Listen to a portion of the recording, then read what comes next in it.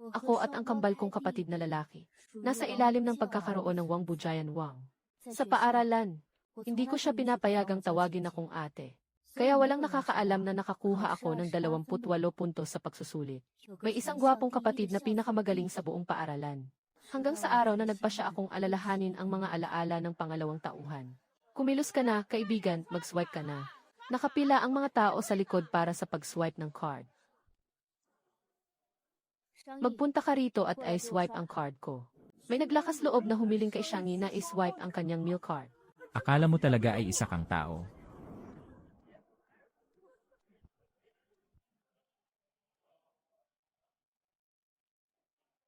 Isang matagumpay na pagbawas ng bayad. CJ, ang matalinong estudyante sa unang taon ay nagpasya na magbayad ng malaki para sa misteryosong babae. Isang pond sa ikalawang palapag ng Western Dining Area, tunay na tunay. Nang tawagin ang matalinong estudyante, agad siyang sumunod at ginamit ang kanyang card. Palagi akong nagdududa na ayaw ni Xiangyi ng mga buhay na tao. Hindi ko akalain. Hindi ko pa nakita ang bag na ito nang ilalagay ko ang mga libro. Handa nang makipag-usap. Napakadetalyado pa rin ito. Yang, kailan mo nakilala si Xiangyi? Matagal ko nang kilala ito ang pera na ibinigay ni Xiangyi, tandaan mong ibalik. At saka, dalhin mo na lang ang sarili mong card mula ngayon. Mukhang hindi na ako kakain sa kantin. Dati, magkaibigan ang may-ari ng Hardin at Sixiawen. Walang problema kung gusto kong siya imbitahan sa pagkain. Pero kahapon lang ako dumating. Kakakilala ko lang sa kanya ng kalahating araw. Kaya't ang pagkakakilanlan ng long-term na benepisyo na ito. Hindi na ako magiging ganoon. Nakakagulat na ang card na iyon ay dahan-dahang inilapag niya. Kung dati, hindi ko talaga papansinin iyon. At ngayon nga, ako at ang kambal kong kapatid na lalaki, nasa estado ng hindi pagkikita ng mga hari. Dahil sa kakulangan ng pagmamahal ng ina mula pagkabata. Naging dalawang magkasalungat kami. Araw-araw akong nakikipagtalo sa ama. At ang kapatid ay walang sinasabi sa kanyang puso. Hanggang sa araw na magising ako sa aking kamalayan. Dahil nagising na. Kung ganon, sino man ang gustong maging canon fodder ay pwedeng maging ganon. Hindi pa dumating ang pinag-usapan. Huwag munang umalis, kailangan sumali ng batang Ginoo sa aktibidad ng samahan. May ibang sasakyan na susundo sa kanya. Sige, umalis na tayo. Pagkatapos ng klase, hindi umuwi at niyakap ang malaking kama para sumali sa samahan. Hindi maunawaan. Pag-uusap. Nakita mo na ba ang mga chess notation na dinala ko para sa'yo? Pagkatapos ng ilang panahon, dadalhin kita sa bahay ni Ginoong Feng. Gusto ko ring sumama. Kami ay mga dragon at ibon na kambal. Huwag tayong lumayo. Kung hindi, maapektuhan ang magnetic field.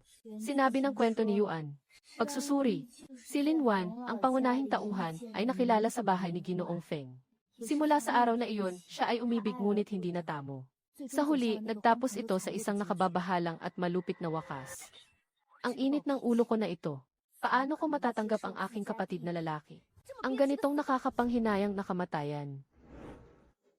Ang negosyo ay negosyo, kaya't dapat tayong mag-aral.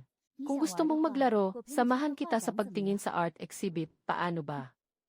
Sa orihinal na kwento, si Ming Wanyun ay nakakuha ng atensyon dahil sa kanyang magandang mukha. Makipag-ugnayan sa orihinal na tauhan. Kaya't sa huli, patuloy na nagbigay ng hadlang ang orihinal na tauhan sa mga pangunahing tauhan. Hindi mawawala ang sigaw ni Ning Wanyun. Hanggang sa huli ay naabala ng mga pangunahing tauhan. Nagdulot ng isang kapalaran na makulong. Hindi ka naman nasaktan sa mga sinabi ko kahapon. Huwag mong sabihing mahilig akong maglaro, sa harap man o sa likod. Hindi pa panahon mo para mag-ayos. Kumain na ako, umalis ka na. Kumain.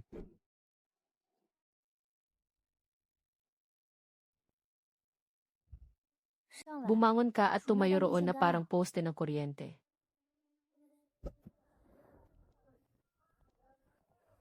Paano nangyari na magkasama silang dalawa sa paaralan?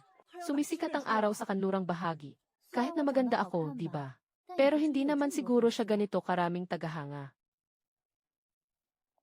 Naku, mukhang masaya ka sa mukha ni Ate He, ha? Pupunta ako bumili ng ilang strawberry. Magkikita tayo mamayang tanghali. Pakiusapan lang.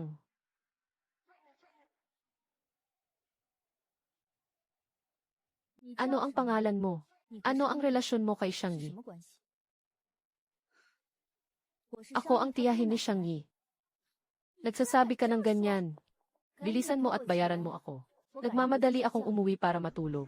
Grabe naman, ang lakas pa, kailangan pang bayaran. Hintayin mo. Sino ba talaga ang naghanap ng gulo? Nagtanong kung may nagdulot ng problema kamakailan. Nakapag-usap na ang negosyo. Diyos ko, ano bang pinagmulan ng babaeng ito? Bakit kaya siya pinapansin ng negosyo? Bayaran mo ako at ang strawberry. Kahapon, Nagsasabi ka ba ng biro, narinig mo ba? Bayaran mo ako ng isang kahon ng mga strawberry, 50 pesos iyon. Kumain lang ako ng ilan. nakaipit sa'yo. Oh, pasensya na, nakalimutan ko. May nakuha ka bang gulo kamakailan? Paano ka naman napasama sa grupong iyon? May ginawa ka bang hindi maganda kamakailan? Kung hindi, paano ka napasama sa grupong iyon? Ang kapatid kong lalaki ay mukhang hindi nakakasama. Hindi dapat maapi. Walang-wala, basta pagkatapos ng klase, pupunta ako sa iyong silid. Naghihintay ako sa pintuan, sabay tayong aalis. Iyan ito ang unang pagkakataon.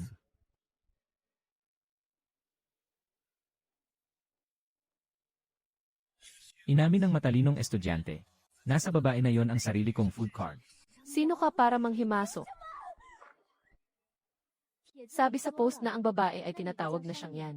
Diretso tayong pumunta sa kanya, pwede na tayong makahanap ng iba. Ngunit natagpuan ko na may sasakyan siyang nagsusundo sa kanya araw-araw. Maaari akong tumulong sa inyo. Pumasok ang 50 yuan sa alipay. Sabay-sabay tayong lumabas ng paaralan. Sobrang tumpak ng kutob ng babae. Wala akong magandang pakiramdam kay Xiawen. Maaari namang kaibigan pa rin siya. Ang kaibigan ko ay umalis kasama ang kanyang kasintahan ngayon. CJ, hindi ba't sinabi mong hintayin mo ako sa pintuan ng iyong silid-aralan? Bakit ka nandito? Pareho lang. Ito ang kaklase ko na kasabay naming maglakad ng kaunti. Hello, ako si Xiawen. Salamat sa pag-anyaya sa akin na kumain ng noodles dati. Si Yang Yang ay lalabas sa susunod na Martes pagkatapos ng klase. Punta tayo sa tindahan ng panghimagas sa kabila ng paaralan. Okay ba? Marami na tayong na-schedule na mga pagkakataon dati. Masyadong mahiyain ang mga babae, hindi rin maganda na laging tumatanggi. Sige, magkita tayo sa susunod na linggo.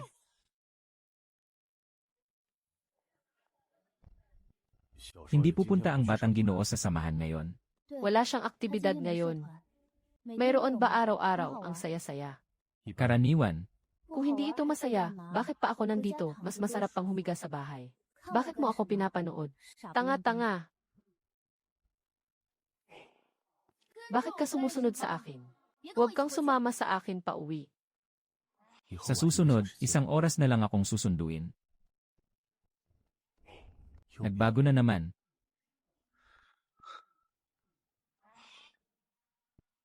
Baka ipagsakay na naman ako sa labas ng sasakyan.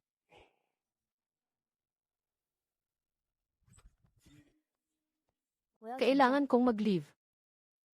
Saan ka hindi komportable? Ilang araw na lang ang natitira sa elemento ng lugaw. Wala akong pakiramdam sa kahit saan. Saan man ay hindi komportable, iyon ay patay na. Baka patay na ako. Tingnan mo kung sasaktan kita ngayon. Nagsasalita ka ng malas buong araw. Ganito ko lang itinuro sa'yo. Ayaw ko talagang maging komportable. Ayaw kong pumasok sa paaralan, gusto kong magpahinga. Ang ginhawa ay para sa mga patay. Maliit na kuneho, huminto ka sa akin. Tapos na. Nawala na ang 300 milyong francs na pinakamamahal ng tatay. Haha, huwag kang mag-alala sa mga sugat mo.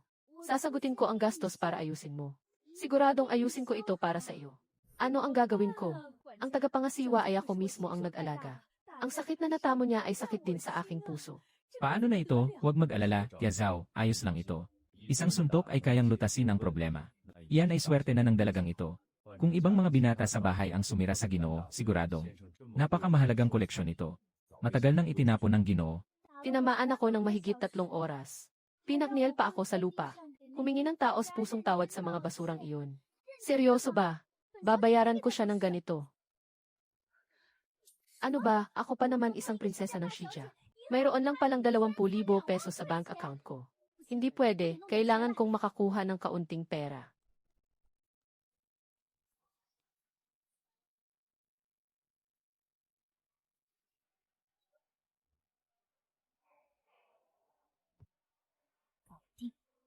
Imbitasyon.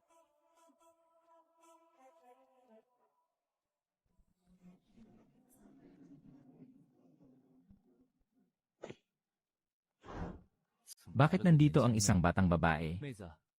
Nandito ka ba para hanapin ang kaibigan mo? Hindi ito lugar para maglaro. Nagkamali ka ba ng daan?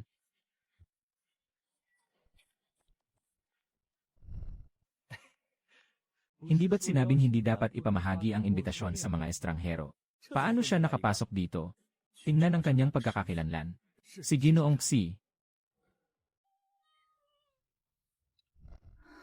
Ano ang ginawa mo kagabi? Ang mga bilog sa ilalim ng mata ay parang mahuhulog na sa mangkok. Sumakay. Hindi na nag-aaral, nagbabantay pa ng mga pelikula sa gabi. Baka gusto mong huminto sa pag-aaral at mag-full-time na lang sa bahay para manood. Sobrang pagod, bibigyan mo ba ng pahinga ang matandang negosyo ngayon? Hindi ko namamalayan, naglaro ako ng laro at sobrang pagod na ako. Nandito na ang dalagang mayaman sa paaralan, dapat na siyang bumaba. Tito Chen, ibalik mo ako doon. Ngayon kahit namamatay ako sa kamay ng matanda, hindi na rin ako makakapag-aral. Ginoo, ikaw. Bumaba ka na. Ang masamang tao na nagtaksil sa alyansa. Kung hindi mo narinig, ayos lang, pupunta akong bumili ng isang kahon ng mga strawberry. Sige, umalis ka na. Kailangan kong makahanap ng lugar para matulog muna. Hoy guro, tutulungan kong humiling ng pahintulot si Xiang Yan. Sobrang antok ako, kung hindi lang ako gutom, makakatulog ako ng 2 araw. Yang, bakit hindi ka nagbigay ng abiso sa iyong pagliban kahapon? Sabihin mo sa akin pasensya na. Nagkasakit ako kahapon, samahan kita mamayang hapon. Sige, ayos lang, kaya't ayusin natin ito ngayon.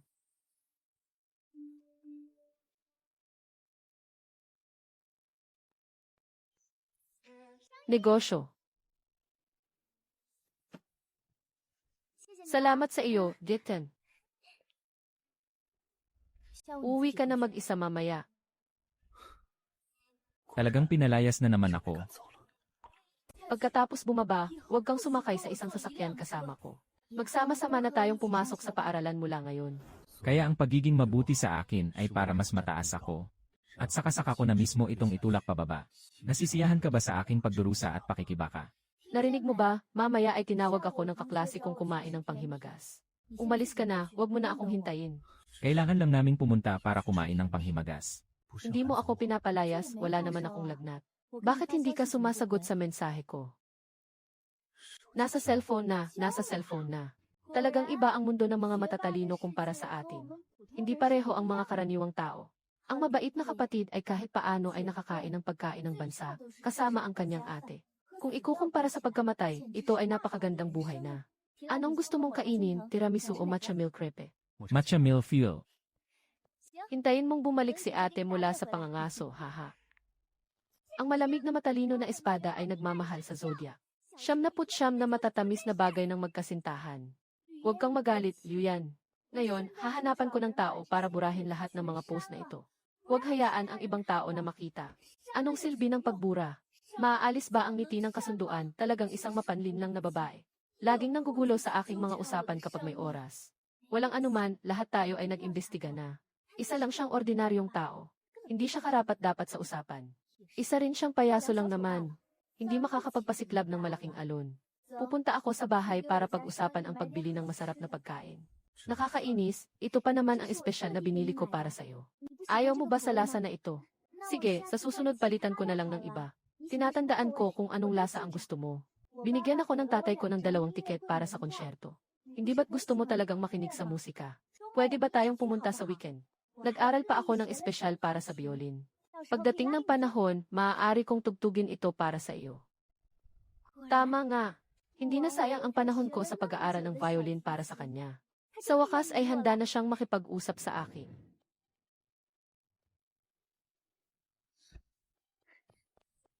Bakit ka sa akin ay malamig ang mukha? Bakit sa kanya ay handa kang umiti, samantalang sa akin ay hindi? Siyempre ako ang unang nakilala sa iyo. Para sa iyo, nag-aral ako ng mahabang panahon ng violin. Hindi mo ba nakikita ang lahat ng mga bagay na ginawa ko? Lumayo ka sa amin. Tayo. Yung negosyante na iyon. Kaya pala natin tawaging tayo. Konting tiis na lang at mawawala na ang babaeng iyon. Hindi magiging hadlang sa iyo. Yung babae na yun ay hindi kasing ganda mo. Walang dapat ipag-alala sa mga gawaing bahay. Ang usapan ay nilinlang lamang. Bukas. Huwag mo na akong hayaang makita siya muli. Sumpaying sakit na iyon. Hindi ba't isang beses lang siyang nakakuha ng 28 puntos? Bakit kailangan mo akong bantayan habang nagsusulat ng takdang aralin? Sige na, nakuha ko na ang lahat, umalis na tayo.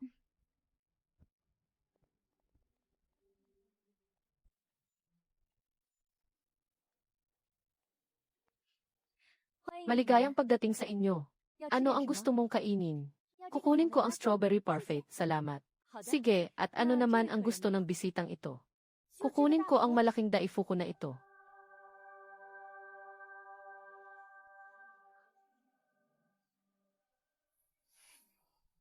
Masarap. Gusto ko pa ng isang piraso ng matcha milk at brownie na ipa. Salamat, mabuti.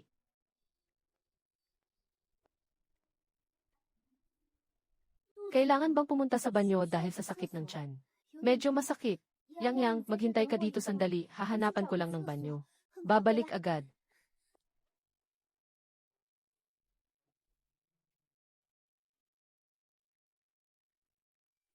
Pabrika ng kalakal. Kung may dapat sisihin, sarili mo na lang ang sisihin. Bakit babae siya? Lola, pakisama muna itong itago, babalik ako mamaya para kunin.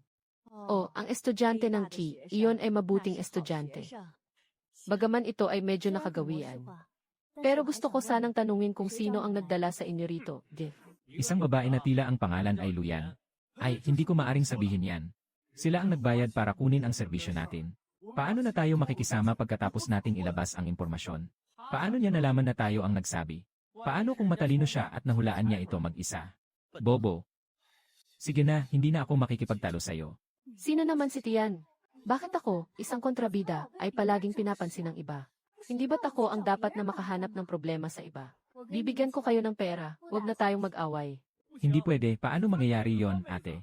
Paano kami mapapaniwalaan sa mga alituntunin ng mundo? Paano na ako makikisali sa ganitong mundo? Ano bang pakialam ko dito? Ha ha ha ha ha. Sige na nga, mukhang walang silbi ang makipag-usap ng maayos. Dumating siya ng mas mabilis kaysa sa inaasahan ko. Wala nang anuman. Si Luyan ang gumawa. Sige yan ang tumawag sa atin para dumating. Noong nakaraang pagkakataon, ang dami nating nagawa. Hindi mo ba nakikita? Lumayo ka sa amin. Hindi mo ba naririnig, mukhang babae yun? Kapag maganda ka, maraming nagmamasid sa'yo. Baka maliit ang mukha niya. Yung nasa likod na madalas ay may kasamang dalawang babae. Tama nga siya. Akala ko may utang ka sa labas, di pala utang sa pag-ibig. Baka may ibang tao na na-insecure sa boyfriend mo at naiinggit sa'yo. Anong boyfriend? Ako ang kapatid niya, ako ang may karapatan. Nakaapekto sa kanya. Naku, tama ka. Kung hindi mo titingnan ng mabuti, hindi mo talaga makikita. Hahaha, anong nangyari, anak? Napanalunan kita, huwag kang mag-alala kung ano ang pangalan mo. Magdagdag tayo ng contact information. Madali tayong makipag-ugnayan sa hinaharap. Ang tawag sa kanya sa negosyo ay Shangi. Nakuha na. Mula ngayon, aalalahanin ko si boss at si Shangi Je. Baka mas mabuti pang pumunta ka sa ospital para magpatingin. May sugat ang lalaki sa mukha, tila may naranasan. Walang anuman. Anong nangyari, bakit ang late na ng pagbabalik ng dalaga? Hindi ito malaking bagay. Nawala ang pusa ng matandang babae sa dulo ng eskinita. Pinapahanap ko ang pusa. Oh, nahanap na ba? Baka hindi nakuha dahil lumipad na ito na parang may mga pakpak. Nandito na ako mula sa pangangaso.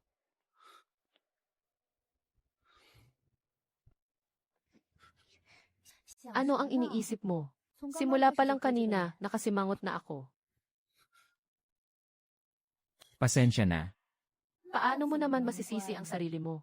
Bakit mo kailangang isisi sa sarili mo ang pagkakamali ng iba? Dahil sa akin kaya nagkaproblema. Karaniwan akong nananakit ng tao. Mas mabuting iiyak ang iba bago ka makumbinsi. Ano nga ba ang proseso? Dahil sa iyo ako ay ligtas. Kung hindi, yung mga tao na yun ay papaluin ako. Kaya dapat kitang pasalamatan. Pero kung magpapatuloy ka pa sa pagsasalita, sasaluhin kita. Hindi ka masaya, sasaluhin kita. Ayos na yan. Bakit ka pa umuwi ng ganitong kalit? Saan ka galing? Malapit na itong maging 7 linggo. Hindi ko alam kung paano mo pa ito kayang ipagpatuloy. Hindi ko alam. Sige, sasabihin ko sa'yo. Ngayon, hindi ko kayang makipagtalo sa matandang ito. Hintayin kong makabili ulit ng salon at ibalik ito. Pagdating ng panahon, tatayo ako ng tuwid at makikipagtalo sa kanya. Nawala na naman ng isip, ilang tanong na ang nalampasan. 10 minuto na ang nakalipas, ginagawa mo rin ang problemang ito. Kung hindi mo alam, lumipat ka na sa susunod.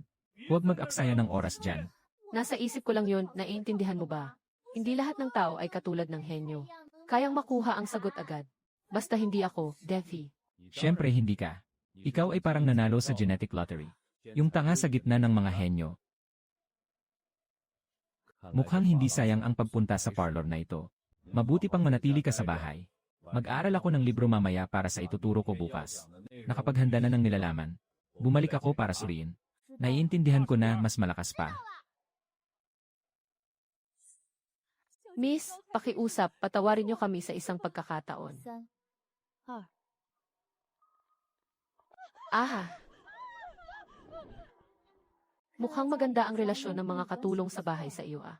Kaya niyang murahin ako para sa iyo. Talagang magaling kang tagapangalaga.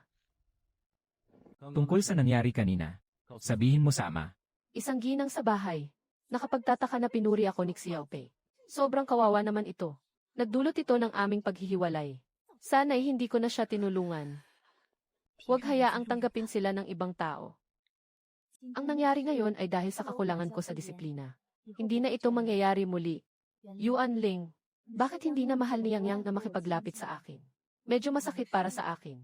Ang tiyuhin ay iniwan para sa akin. Kailangan. Maaari itong ituring na naligaw ng landas dahil sa hindi mapagkakatiwala ang anak na babae. Ganyan talaga ang kanyang ugali. Wala ka nang kailangang alalahanin na wala na iyon. Dati-rati ay pinapakalma niya ako. Pagkatapos ay pinagsabihan si Xiang Yan. Ngayon, ang itsura ni Yang Yang na nagagalit. Medyo natakot ako. Natatakot akong sa ganitong paraan ay baka siya ay mapagsalitaan ng masama sa hinaharap. Ang ating ginang ay talagang mahinahon at matalino. Magsasalita pa siya sa likod para sa dalagang ito. Talagang hindi marunong makisama ang malaking dalaga kahit na siya ay masyadong mapanghamak. Saan ka pa makakahanap ng ganitong kabait na madrasta? Pumunta ka at kumuha ng isang baso ng mainit na tubig para sa akin, ha? Kailan kaya nagkaayos na naman ang magkapatid na ito? Hindi, kailangan kong mag-isip ng paraan. May mga bagong damit na dumating sa tindahan ni Fenyan. Tita, sasamahan kita bukas para mamili, ayos ba? Ayaw pumunta. Kung ayaw mong pumunta, sige, ipapadala ko na lang sila sa bahay. Kasama na rin si Xiaoyi. Bakit pareho ang kabutihan mo sa akin at kay Xiangyi? Ang pinakaayaw ko ay si Xiangyi. Xiang Yao, ano ang silbi ng pagbabago? Ang kutsilyong isinaksak mo sa kanyang puso noon. Hindi ganon kadali tanggalin. Noon, ako at si Xiangyi. Ito ang dahilan kung bakit hindi maganda ang relasyon ng mga kambal na dragon at ibon. Napakadali lang dahil mas matalino si Xiangyi. Mas lalo pang pahalagahan ng tatay ko si Xiangyi. Nang mapagtanto ito, si Lin Wanyun ay patuloy na naghatid sa akin. Dahil mas gusto ng tatay ang makipag-usap. Kaya dapat mas gusto ka ng tiyahin para maging patas. Kaya't, basta't may kahit kaunting pabor si Wanyun sa usapan. Magagalit ako ng labis. Pwede naman, Yang Yang, hindi ba?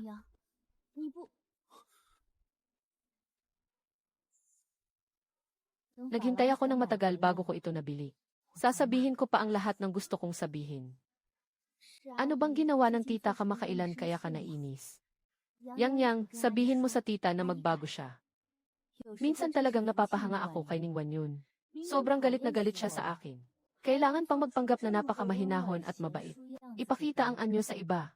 Bawat bagay ba ay kailangan mong baguhin. Siyempre, kaya nang tiyahin na gawin iyon. Gagawin ko ang lahat para mapasaya si Yang Yang. Oh. Sige, magpakasal ka na ulit.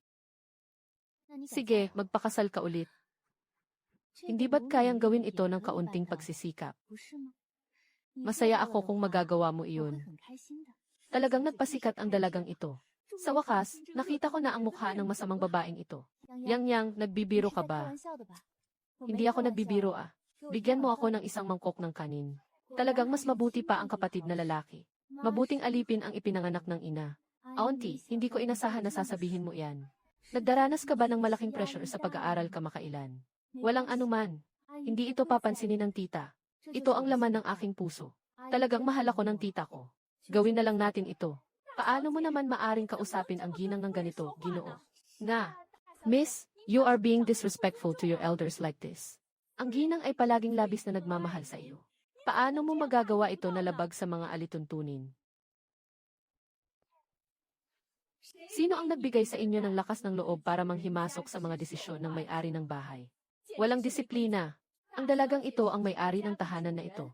Ano kayo, mga sibuyas? Talagang mabait na aso. Nang mamatay na ang tunay na misis ng supamilya, hindi lang isang beses. Bakit mo nasabi iyon? Ginawa ng ating ginang ang napakarami. Bakit ako kailangang magdusa?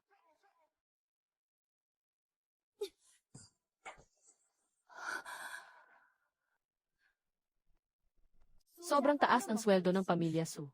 Kayo ang dapat na manghusga sa akin. Hindi kayo ang dapat manghimasok sa mga bagay na ito. Walang kinalaman ang sinasabi ng may-ari sa inyo. Kung ayaw mo na, umalis ka na agad. Huwag kang maging sagabal sa harap ko. Talagang pinapaputok na lang ang dalagang ito. Pinakamadaling patayin ang mga walang muwang na bagay na ito. Bakit hindi ka na nagsasalita? Kanina, hindi ka ba masyadong nagsasalita? Mabilis na mag-ayos ng mga bagay-bagay. Habang hindi pa ako masyadong galit, nawawala sa aking harapan. Isang grupo. Matagal nang nagtatrabaho sina Yang at ang iba pa sa bahay. Kung hindi kayo umalis, bibilangin ko hanggang 3. Tatawag ako ng mga bodyguard para itapon kayo palabas. Huwag mo nang asahan ang sweldo mo ngayong buwan. Miss, pakiusap, bigyan niyo kami ng isang pagkakataon. Miss, pakiusap, bigyan niyo kami ng isang pagkakataon. Aha. Mukhang maganda ang relasyon ng mga katulong sa bahay sa iyo. Kaya nilang murahin ako para sa iyo. Talagang mahusay ka sa pamamahala ng bahay. Sabihin sa ama at anak ang nangyari kanina. Isang ginang sa bahay. Nangyari na lang na pinapakita ni Xiao Bei ang lahat. Ang kawalang kakayahang ito ay labis. Nagdulot ito ng aming paghihiwalay. Kung alam ko lang na hindi ko siya tutulungan. Huwag hayaan ang mga tao na kunin sila. Ang nangyari ngayon ay dahil sa kakulangan ng aking disiplina. Hindi na mangyayari ito sa hinaharap. Yuan Ling, bakit hindi na mahal ni Yang Yang na makipaglapit sa akin? Medyo masakit para sa akin. Ang tiyuhin ay iniwan para sa akin. Kailangan. Tila naligaw ng landas dahil sa anak na ito na hindi marunong gumalang. Ganyan talaga ang kanyang ugali. Wala ka nang kailangang alalahanin na wala na iyon. Sinasabi mo na noon na pinapakalma mo ako. Ang nagalit na nagbigay ng babala sa negosyo. Ngayon si Yang Yang, medyo natakot ako sa kanyang galit. Kung magpapatuloy siya ng ganito, natatakot akong may makasakit sa kanya sa hinaharap. Huwag kang mag-alala. Dahil sa ugali niyang ito, walang may lakas ng loob na saktan siya, kaya't kasalanan ko rin. Noong nakaraan, abala ako sa trabaho kaya hindi ko siya naalagaan ng maayos. Sino bang nag-udyok sa'yo na sisihin ang sarili mo? Ang ibig kong sabihin ay dapat mong sisihin ang batang iyon. Paano mo naman maaring sisihin ang sarili mo? Paano mo naman siya masisisi? Sige, matulog na tayo. Pagod na ako ngayon. Siyang yan, maghintay ka sa akin. Hindi namin tatanggapin ang order mo kung ibabalik mo ang pera. Ano ang ibig sabihin nito? Ano pa bang ibig sabihin nito? Sinabi ng boss, kapag nakatagpo ka ng isang tao na ang pangalan ay siyang yan, kailangan talagang magpakita ng galang at maglingkod ng maayos. Ano nang nangyari dito? Nagagalit ng ganito. Mama, may nangbubuli sa akin sa paaralan. Sabihin mo na lang kay mama at papa. Hayaan siyang mag-isip ng ibang paraan. Sa paaralan, dapat maging mababa ang profile. Huwag gamitin ang kayamanan ng pamilya para mangbuli ng mga kaklase at magdulot ng gulo. Nakakainis. Malalaman ni tatay at pagsasabihan ako na nagkakalat ng gulo sa paaralan. Mama, tulungan mo naman ako. Hindi mo na ba ako mahal? Sige na, tutulungan kita, mama.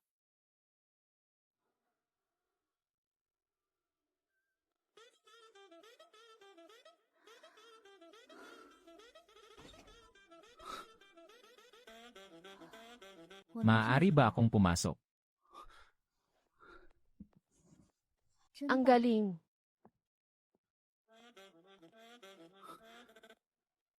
Anong binili mo? Gusto mo ba ang regalo ko? Ito ay isang maliit na araw, oh. Walang problema na painitin ka sa buong taglamig. Natatakot na hindi sapat ang init na mararamdaman ng nakababatang kapatid. Pinili ko talaga ang malaking sukat. Walang masyadong mga kapatid na katulad ko na nagmamalasakit ng ganito. Gusto. Mainit. Ihinto mo na ang kamay mo. Magsaya ka sa init ng maliit na araw. Maramdaman mo na ayaw mo nang makaramdam muli. Pinakamainam, isipin mo ang mga salitang mainit at maliit na araw. Dapat ay magalit. Gising na po ang dalagang ginang. Ngayon ay pupunta kayo ng Batang Ginoo upang bisitahin si Feng. Mga lumang araw. Ginoong Feng. O, muntik ko nang kalimutan na ito ay. Ha ha ha. Tia Zhao, pakikuha ng damit na isusuot ko. Bilisan mo, malalate na tayo. Sige, pupunta na ako para kunin iyon para sa iyo. Kakatapos lang gawin at mainit pa. Mabait, hindi ka nasaktan ng walang dahilan. Kunin mo nga sa akin ang isang bote ng gatas na maasim. Naalala ko. Ang galing. Ano ang pinagtatawanan? Nagtatawa ako sa wig mong nakadikit. Mukha kaming mga kambal. Siyempre, tayo ay mga dragon at ibon na kambal hahaha. Narito na. Narito ang bahay ng dating Pangulo ng Go Association na si Ginoong Feng. Ang pangunahing tauhan ng nobela na si Lin Yuan. Ito ang lingguhang trabaho niya sa bahay niya. At ngayon, ito ang mahalagang araw ng pagkilala ng pangunahing tauhan na si Lin Yuan. Dito na nagsisimula ang kwento ng tunay at peking anak. Matagal nang narinig na ang kapatid ni Xiaoyi ay nandito rin ngayon. Hayaan mong makita ko. Ay naku, talagang magkapareho sila. Ngayon, hindi na madalas makakita ng mga kambal na dragon at ibon. Magandang araw, Lola Sun. Ang pangalan ko ay Xiangyan. Ilagay ang babae sa gitnang bahagi ng sentral. Ayos, talagang mabait na bata.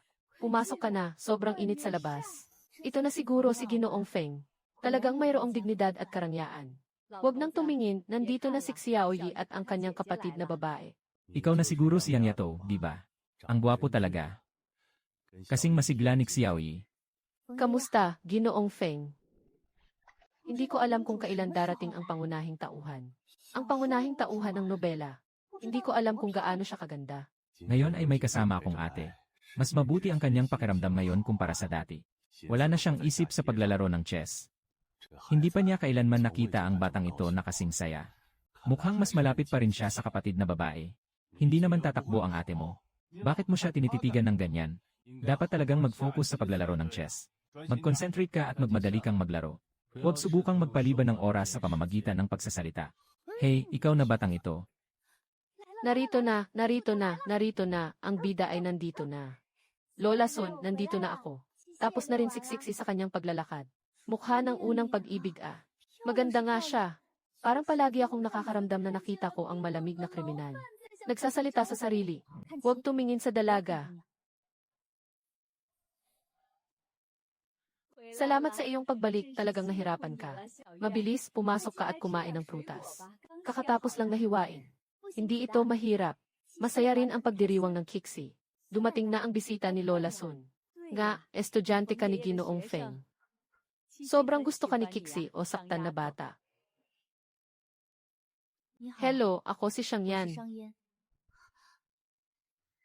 Hello, ang pangalan ko ay Lin Yuan. Hindi akalain na may mga lalaki palang ganun kaganda. Tara na, Yang Yato. Nadumihan ang mga paa ng hangin, pupunta tayo para hugasan ang hangin. Pumunta sa maliit na bakuran at tingnan ang larong ito ng chess. Yung mga natutunan mong ilang bahagi ay tamang-tama na magagamit. Ang batang ito ay si Lin Yuan. Talagang may talento. Naiintindihan niya ang mga sinasabi ko. Oh, siya ang nakipag-usap sa maliit na bakuran. Dati ka lang dumating tuwing weekend. Kaya hindi kita nakita para makipag-usap. Huwag kang mag-alala, maliit na kaibigan. Ganyan lang talaga ang kanyang personalidad. Walang problema kung hindi mahilig makipag-usap, Ginoong Feng.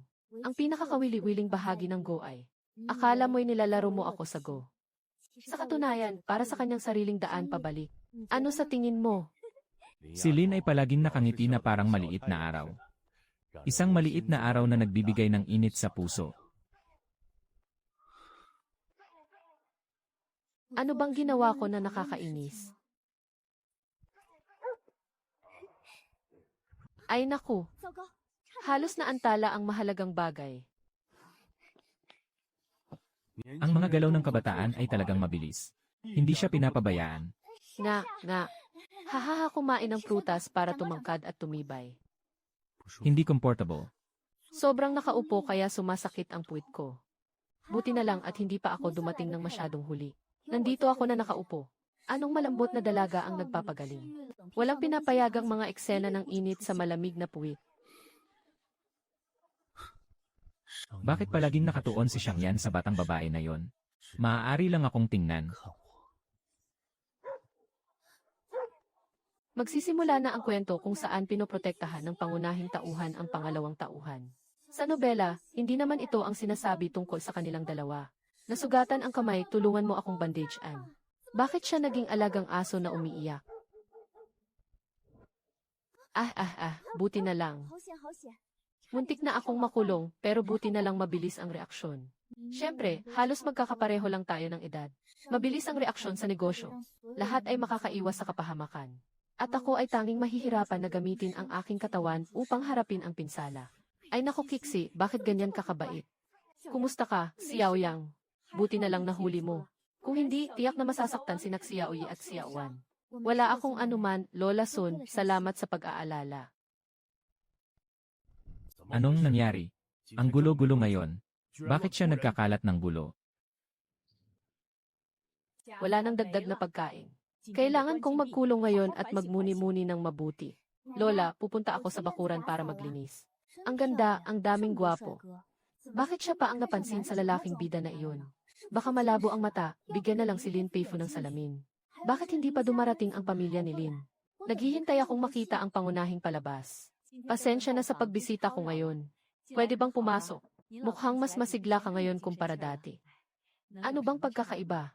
Basta tumatanda na tayo. Bakit ka naman sobrang magalang at may dala pang bagay? Kahit matanda na, mas lalo pang lumalakas. Parang lalo kang bumabata habang tumatagal. Si Xiao Yang at Xiao Yi. Pumunta muna kayo sa loob at maghintay ng kaunti. Ano ang pinapanood? Ele, manood tayo ng palabas. Magandang araw, Ginoong Feng at Lola Sun. Ako si Lin Qianwan. Magandang araw, Ginoong Feng at Yan. Son, ako si Lin Qianwan. Narito na siya. Dumating na ang peking anak na babae na nakasakay sa kabayo. Talagang 7 anak na babae sila. Talagang magkamukha. Ang ginang Lin at ang ginoong Lin ay hindi magkamukha. Sa halip ay katulad ng dati na si Lin Yuan. Ang babae ay kamukha. Naglalaro lang ako ng maliit na laro ng Go. Dinala ako ng nanay ko dito para matutong mag-Go. Dapat noon pa lang ay binuksan ko na ang aking anyo. Baka nga ay isinama ako ng nanay ko para maging profesional. Narinig ko na andyan din ang estudyante ni Ginoong Feng. Hindi ko sila naistorbo, di ba? Huwag sanang istorbohin ang mga bata habang umiinom ng sabaw sa loob. Magpagaling ng katawan. Narinig ko na ang estudyante ni Ginoong Feng ay nanalo ng kampyonato. Bakit hindi natin hayaan si Qianwen na nasa tabi? Panoorin siyang makipaglaro ng chess kay Ginoong Feng. Palawakin ang kaalaman. Narinig mo ba, hindi kita pinuri? Pagsusuri ng mga negosyante. Lumabas kayo at makilala si Ken. Lin, hindi ko akalain na makikita ko ang 2 tao mula sa negosyo ng sabay. Kung makakapag-ugnayan ako sa mga negosyante, talagang tinutulungan ako ng langit. Halika, ituloy ang laro ng chess. Naghihintay sa malaking palabas. Hello, batang babae. Nandito ka rin ba para matutong mag-chess? Ano ang pangalan mo? Ang pangalan ko ay Xiangyang. Samahan mo ang kapatid mo. Hindi ako nag-aaral ng chess naman oh. Ang ganda ng pangalan. Ang aking bahay ay may Qinghua Jinyuan beer. Mukhang kasing edad ka lang niya. Saan nag-aaral si Xiao Yang? Nakamali sa pag-verify ng mga tao.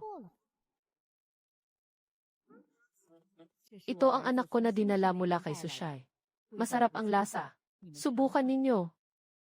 Talagang masarap nga. Salamat, ako si Lin Qianwan. Ikaw, naninigarilyo ka ba?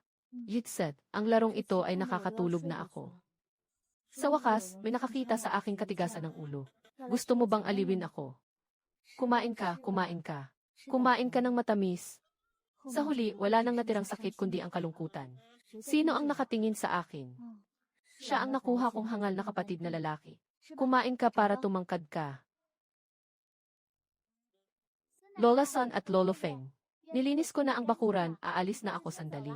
Nagsimula na ang magandang palabas. Sa wakas ay magkikita na tayo, ano ang nangyayari? Itong batang babae. Bakit parang ikaw na ikaw ako noong kabataan ko? Walang mali sa iyo. Siya ang iyong tunay na anak na babae. Bilisan mo, bilisan mo. Anong nangyari?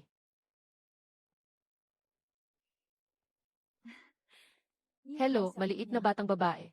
Ano ang pangalan mo? Ilang taon ka na ngayong taon? Ang pangalan ko ay Linyuan, Linang Gubat. Buhangin ng Hardin. Ngayon ay 16 na, ano po ang maitutulong ko sa inyo? 16 na ay Granada din. At saka apelyido rin niya ay Lin. Ito ba ay isang senyales mula sa tadhana? Ano naman ang tungkol sa milyon? Siya rin ang anak na pinabayaan ko ng 16 na taon. Pasensya na, pasensya na. Unahin na naming umalis, sa susunod na lang kami bibisita, Ginoong Feng. Umalis na kami.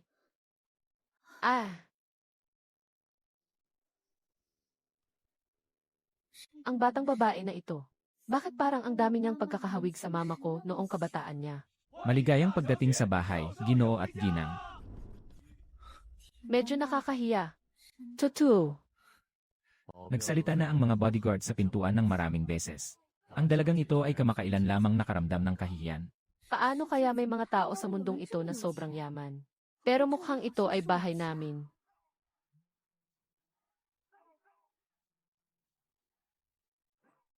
Diyos ko, Luyan. Ito ang in-order ng iyong ama para sa iyo. Nangungunang dormitoryo sa bansa. Yung maliit na biolin na ginawa sa silid. Ipakita mo sa akin ang biolin, yan. Bibilhan kita. Kamusta ang bagong labas na limitadong edisyon na bag? CJ. Isang grupo ng mga tao na walang karanasan sa mundo. Ano nang nangyari?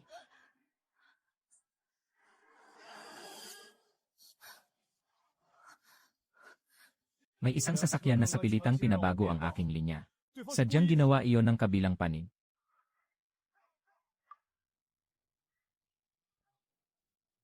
Ito ang mga litrato ko na nananakit ng tao sa loob at labas ng paaralan. At ang mga tala ng pagpasok at paglabas sa nightclub.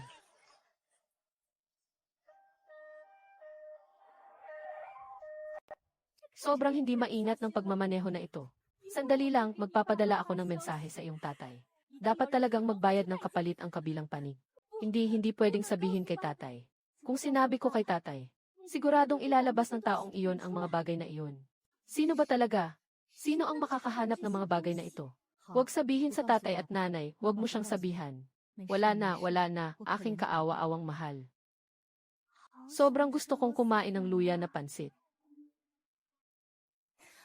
Nakalimutan kong i-block yung matanda, ipapadala ko ulit. Sabi ko na nga ba, bakit nawala ang comment ko? Anak, anong brand ng luya na noodles ang gusto mong kainin? Kapatid, hahanap ako ng tao para dalhin ito sa'yo. Huwag mo na siyang pakinggan. Hindi niya alam kung ano ang luya na sabaw na yon. Sinigang na lamang. Agad akong nagpasabi na hanapin ito. Kaya ano ang snail rice noodles? Masarap ba? Hindi ko talaga maipaliwanag sa inyo mga mayayaman. Sino ba iyan sa gitna ng gabi? Bakit mo ako hinahanap ng ganitong oras? Hindi naman siguro siya natatakot sa kulog kaya ayaw matulog mag-isa. Mainit. Nagpunta siya para bumili ng luya na noodles. Sa ganitong oras, hindi ka na makaka-order ng delivery. Paano ka nakalabas ng ganitong kalate? Malakas pa rin ang ulan sa labas. Sasakyan. Kailangan mahuli ang walang lisensyang nagmamaneho. Magkakaroon ng talakayan sa paaralan bukas. Kailangan nang pumunta sa flagpole para magbasa ng pagsusuri. Medyo bago, ang matalinong estudyante ay nagbabasa ng pagsusuri. Kailangan na itong lumamig.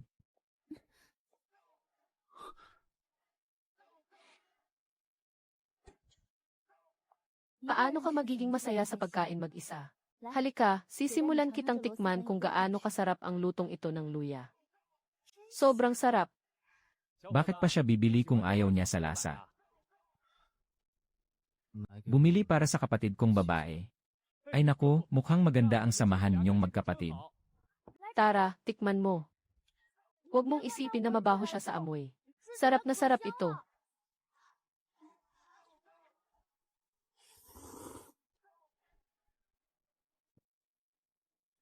Mukhang masarap ito ah.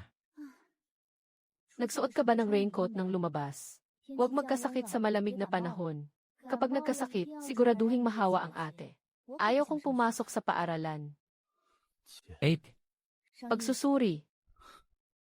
May ginawa ka bang masama? Walang silbi ang tawagin akong ate. Huwag mong ipakita ang ganitong itsura. Parang ako na ang nangbuli sa'yo. Mukhang kawawa ka. Parang isang inabando ng asong gala. Noong una, hindi ko alam na baka nabuli kita.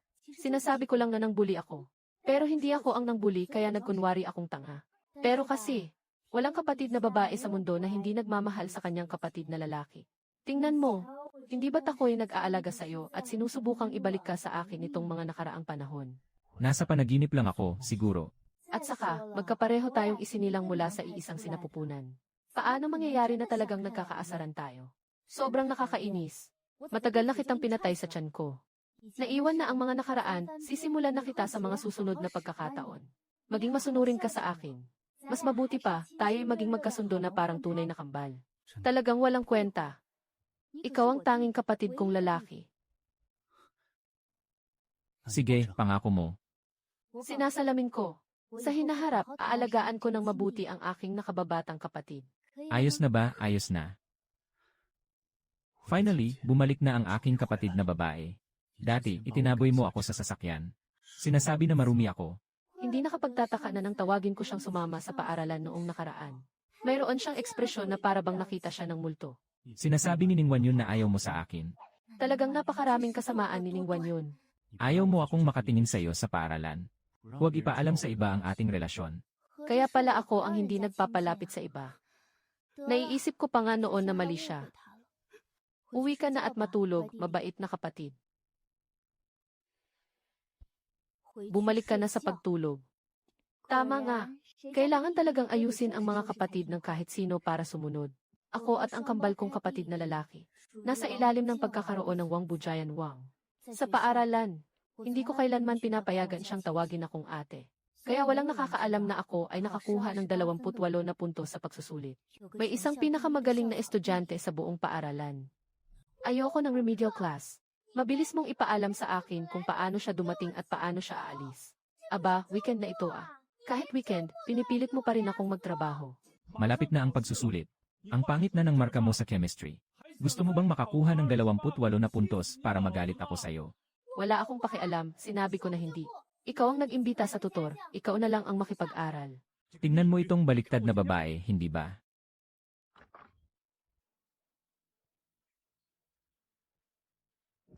Ano ang ginagawa mo dito?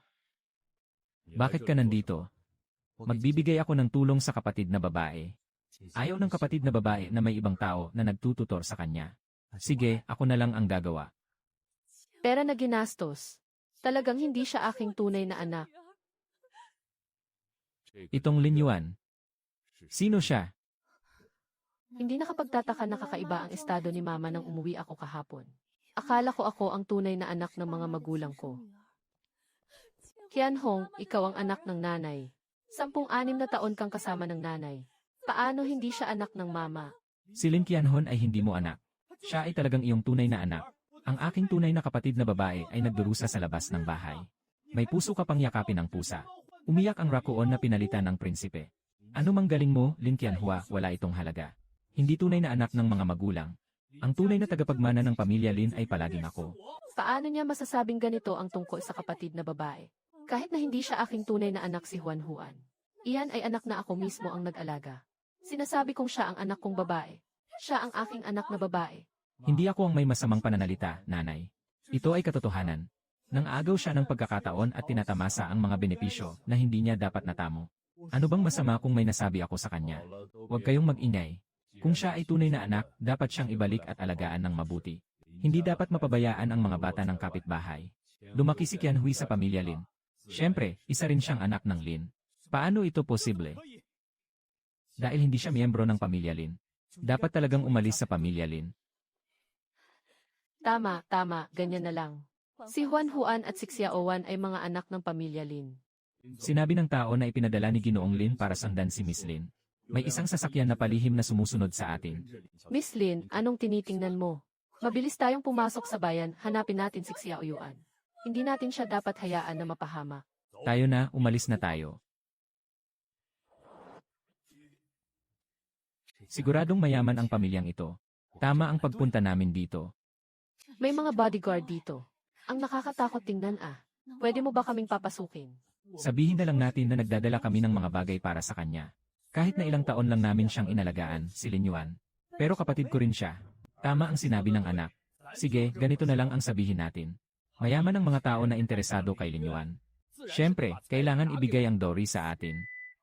Kung hindi ko sana pinaplansya ang mga kasangkapan. Saktong nakita kita habang naglalakad ng aso. Hindi ko alam na nakahanap ka ng mayamang kasosyo. Bakit ka nandito? Ayos lang. Ako ang kapatid ng babae na dumaan dito dati. Ang pangalan niya ay Linyuan. Tumawag siya sa atin at sinabi na sumasakit ang tiyan niya. Kunin natin siya.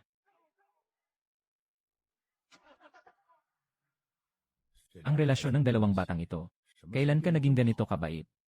Hindi pwede. Bakit hindi mo ako palitan ng guro? Magaling magturo si Guro Lin. Kasing edad mo lang. Hindi magiging masyadong mabigat ang manatili sa isa't isa. Bakit mo gustong palitan ang guro? Sobrang perpekto ko. Natatakot akong ma-inlove siya sa akin. May katwiran. Bakit ka pa humahampas? Sinasabi ko nga sa'yo. Bakit ka pa niya pinapansin? Ang galing-galing niya. Walang kaalaman sa sarili. May naghahanap sa inyo. Sino po ang hinahanap ng tatlo? Nandito ako para hanapin ang may-ari ng bahay niyo. Si Linyuan ay inaalagaan ng isang tao at siya ang may-ari ng bahay na ito. At ako ang biyenan ng may-ari ng bahay na ito. Huminto ka, hindi pwede. Papasukin natin. Pupunta na ako sa kanya ngayon. Hindi ka pwedeng pumasok, Ginoo. Mga patay kayong mga bata. Isang tao lang ang nakakaranas ng ganitong kabutihan. Hindi mo man lang naiisip ang kapatid mong lalaki. Ang laki naman ng bahay na ito. Kailangan talagang mayaman para maging katulad ng isang kastilyo. Sister, tingnan mo, nakapasok ka na sa mayamang pamilya. Baka dapat isipin mo na ang kapatid mo. Tingnan mo kung gaano kaayos ang suot ng iyong biyenan. Kailangan natin ng mas marami sa bahay. Normal lang ang mga regalo sa kasal, di ba? Ang aking biyenan ay tila nababaliw na sa mga bagay na ito. Hindi iyon. Nandito lang ako para sa remedial class. Bakit niyo alam na nandito ako? Kaya ba't nakikisama sa mayayamang pamilya? Ayaw mo nang aminin na kami mga mahihirap na kamag-anak mo. Talagang walang konsensya ang mga tao. Pinabayaan ka namin ng maraming taon. Ngayon na maganda na ang buhay mo, hindi mo na kami iniintindi. Ang ganda ng iniisip mo. Talagang nandito lang ako para sa mga anak ng pamilyang ito. Pagtuturo ng remedial na klase. Nagkamali kayo, wala kayong konsensya, wala kayong konsensya. Handa ka bang ipagawa sa iyong kapatid na lalaki ang mabibigat na trabaho? Naghihirap ka ba? Bilang kapatid na babae, hindi ka ba dapat tumulong sa iyong kuya? Nawala lang sa wala ang mga libro mong binasa sa mga nakaraang taon. Naging putang inang walang utang na loob. Sobrang sayang naman na inalagaan kita ng ganito kalaki. Anong klase ng bakal at semento ang kinakain ng babaeng ito? Ang lakas naman nito. Ang ginang na ito. Kung may gusto kang sabihin, mangyaring ipahayag ito ng maayos. Hindi namin maintindihan ang sinasabi mo sa iyong pag-iyak at pag-iyak. Tumayo ka na, huwag ka nang umupo sa sahig. Bilang isang mababang tao, paano ka naglakas loob na humawak sa amin? Xiao Yu, ako ang nanay mo. Ano ang sinasabi mo? Ako ang iyong ina. Ito ang anak ko. Bakit mo niyayakap ang anak ko? Kinuha mo ang anak ng iba, magdaranas ka ng masamang kapalaran. Maniwala kayo o hindi, mamamatay ako dito ngayon. Sige, mamatay ka na. Ang gulo-gulo nito. Siya ang batang tagapag-alaga ng vampira na nag-ampon kay Linyuan. Tingnan ang takbo ng kwento. Tinatayang natiyak na ng pamilya Lin ang pagkakamali sa pag-ulat ng bata. Ay para makilala ang tao. Pero ano ang kinalaman nito sa bahay namin? Bakit kayo nandito sa bahay ko? Napakabuti, dumating na ang mainit ang ulo na dalaga. Sino kayo? Nabuburyong na sa buhay kaya nandito ka sa bahay ko para magulo. Habang nasa taglagas pa sa tumaidong. Gusto mo nang maaga kang ilibing, di ba? Magsimula ka nang umalis. Huwag kang humiga sa sahig at gawing marumi ang sahig ng bahay ko. Bakit mo pa itinuturo ang mga ninuno ko, nakakadiri? Kung ayaw mo na ng kamay, pwede ko na lang itong putulin para pakainin ang baboy. Sobrang inis ako sa mga ganitong walang silbing lalaki. Pinapayagan ang asawa na magmakaawa. Bakit ka nagagalit sa akin sa simpleng salita? Ininsulto ang iyong dakilang pagkalalaki. Hindi mo man lang tiningnan kung ano ka. May mukha ka pang magalit. Karapat-dapat ka bang magalit sa akin? Nangahas kang murahin ang mga magulang ko. Hindi lang ako natatakot na murahin ang mga magulang mo. Kaya ko pang murahin ang lahat ng ninuno mo hanggang sa ikawalong henerasyon. Sino ka ba para manghamak? Kapag humamon ka sa akin, isipin mo ang mga kahihinatnan. Wow, ang galing ng dalagang ito sa pagmumura. Ganyan ang itsura ng batang iyon habang nakikipagtalo sa akin. Pero medyo nagpakumbaba na siya. Alam mo naman na ako ang tatay mo. Ikaw, puta. Hahaha, buksan mo ang bibig mo. Huwag kang matakot, hindi naman niya ako papaluin.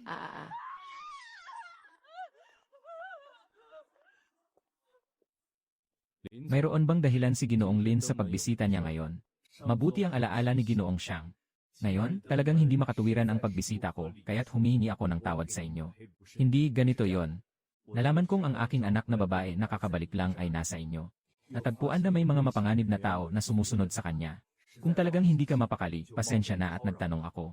Ganun ba, kaya makakapagpahinga na si Ginoong Lin ngayon? Binabati kita. Para bang nanonood ng live na dula. Hindi ko alam kung ano ang iniisip ng dalagang Jaya. Ano ang nararamdaman ngayon? Ang orihinal na kwento ay dapat na. Nakita ni Jaya Qianjin si Lin Yuan na yakap ang kanyang pamilya habang umiiyak. Nagbigay ng relo kay Lin Yuan. Resulta si Lin Luchuan. Sinisisi si Lin Qianwen na sadyang nagmamalaki. Ikaw, isang Ginoong Jia. Paano ka naman magkakaroon ng lakas ng loob na magpanggap sa harap ng aking nakababatang kapatid? Wala akong ganun. Walang anuman, mahal kong bata. Alam ng nanay mo na hindi ka ganitong tao. Si Lin Yichuan ang tao. Astig. Mukhang maganda ang kalagayan. Ano na naman ang dahilan ng pagpunta niyo rito? Siya ang Lin Yuan. Umakyat siya sa mataas na sanga. Nais lang naming kunin ang nararapat na handog. Huwag kayong mag-isip na dahil mayaman kayo. Kaya nilang api-apihin ang mga ordinaryong tao. Nandito lang kami para kunin ang nararapat sa amin. Bakit ka tumatawa? Mukhang nagiging masyadong mataas ang iyong ulo, ha? Sino ang naabot ni Lin Yuan? Kakatapos lang namin ng kapatid ko sa kolehiyo. Huwag mong sabihing ang nakapanligaw ay yung tatay ko, yung matandang iyon. Gusto mo ba ng dot o libing? Kung maganda ang pakiramdam ko, baka magbigay ako sa inyo. Kayo, may lakas ng loob kayo. Buksan ang pinto at ilabas sila. Dalhin sa presinto at sabihing iligal na pagpasok. Yung dalawang tao sa harap ng pinto na nanghihingi ng pera. Paalisin na lang sila bukas ng umaga. Palitan ang taong humawak. Hindi na dapat muling mangyari ang ganitong pagkakamali. Dahil naayos na ang mga bagay-bagay. Kung wala nang ibang susi si Ginoong Lin at Ginang Lin, kaya't dalhin na lang ang inyong anak na babae pa uwi at pakalmahin siya ng mabuti. Nakatagpo ng ganitong pangyayari. Hindi maiiwasan na matakot ang mga bata. Talagang nakagambala kami sa negosyo ngayon. Sa ibang araw, tiyak na pupunta kami upang humingi ng tawad. Ang ganda, umalis na si Lin Yuan. Maiiwasan ang kanyang paglipat ng damdamin sa iba. Tinalikuran na ang aking kaawa-awang nakababatang kapatid. Hahanapan ko ulit ang guro para sa remedial class. Huwag mong isipin na maglalaro ka sa akin, hindi ako mag-aaral. Kung pipilitin mo akong mag-aral, gagawin ko ito. Xiang Yao, sinasabi ko na sa iyo kung ilang beses na huwag kang magsalita ng ganyan. Siyempre, mauunawaan mo o hindi. Tinawag ka ng guro ng klase ni Xiang Yang. Isang nakakapanghinayang na Lunes. Ginoong Zhang Yan, hindi maayos ang iyong pag-ugali sa klase kamakailan. Hindi ka lang hindi maayos, paulit-ulit ka pang lumalabag sa mga patakaran ng paaralan. Maaga akong umibig. Kaya't nagpa siya ang paaralan na ipatanggal ka. Ay nako, dahil sa maagang pag-ibig, kailangan kong magpaalis sa paaralan. Bakit ka pa naghihintay? Mabilis, dalhin mo na ang swerte, hindi mali. Maagang pag-ibig. Bawat araw natutulog ako, hindi ko pa kilala ang lahat sa klase. Sino ang maaari kong mahalin? Sino ang nililigawan ko, guro? Nagtatanong ka pa sa akin. Hindi mo ba alam? Bakit mo pa ako tinatanong? Hindi mo ba alam? Hindi ko alam, kahit na maaga akong umibig, hindi naman pwedeng ako lang ang parusahan. Kailangan ding dumating ang taong iyon na karelasyon ko. Saktong-sakto, gusto kong makita ang aking mga chismis na kasintahan. Sino ang mataas na tao na iyon? Yung lalaki ay ayusin ng kanilang guro. Wala kang dapat alalahanin. Wala na nga. Ito ay talagang isang patibong. Sino ba talaga ang kontrabida? Hindi pwede, hindi kita kinikilala. Walang silbi kahit hindi mo ito kilalanin. Wala akong narinig na anumang patakaran ng paaralan na nagbabawal sa pagtulog sa klase. Kung makikipagrelasyon ka, dapat ka nang paalisin. Bakit ako pa ang papalayasin? Huwag nang banggitin na wala akong kahit anong maagang relasyon.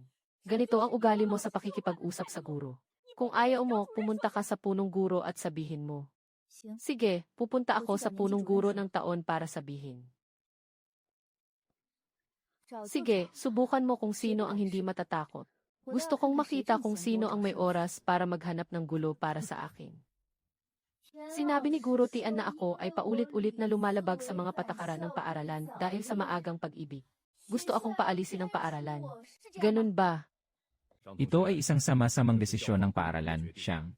Ang iyong maagang pakikipagrelasyon ay nagdulot ng masamang epekto. Ang pagpapalayas mula sa paaralan ay isang magaan na parusa na. Basta't makipagtulungan ka sa paglilipat sa ibang paaralan. Ang proseso ay katulad lamang ng karaniwang paglilipat ng paaralan. Katibayan ng aking maagang pag-ibig. Sino naman ang naging kasintahan ko? Sabihin mo ng malinaw. Sige, kailangan mo ng ebidensya. Hahanapin ko ang tao para sa'yo mamaya. Huwag mong itanggi na ikaw ang naghanap. Tingnan natin kung ano ang makikita ninyo. Si Daluozen ay lumabas para saktan ako.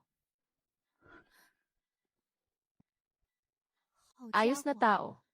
Akala ko hindi lang ako maaga nagka-crush. Naglalaro pa ng mga buto. Wala nang masabi, di ba? Si kapatid na siyang Yao. At saka may ebidensya pa ako sa kamay ko. Halimbawa, mga larawan sa school forum. Ikaw ay isang mabuting estudyante. Paano naabot ang ganitong sitwasyon na kasama ang ganitong klase ng tao? Bakit nagkakaroon ng maagang pag-ibig ang mga estudyante? Sasama ako sa kanya. Ano ang sinasabi mo tungkol sa usapan?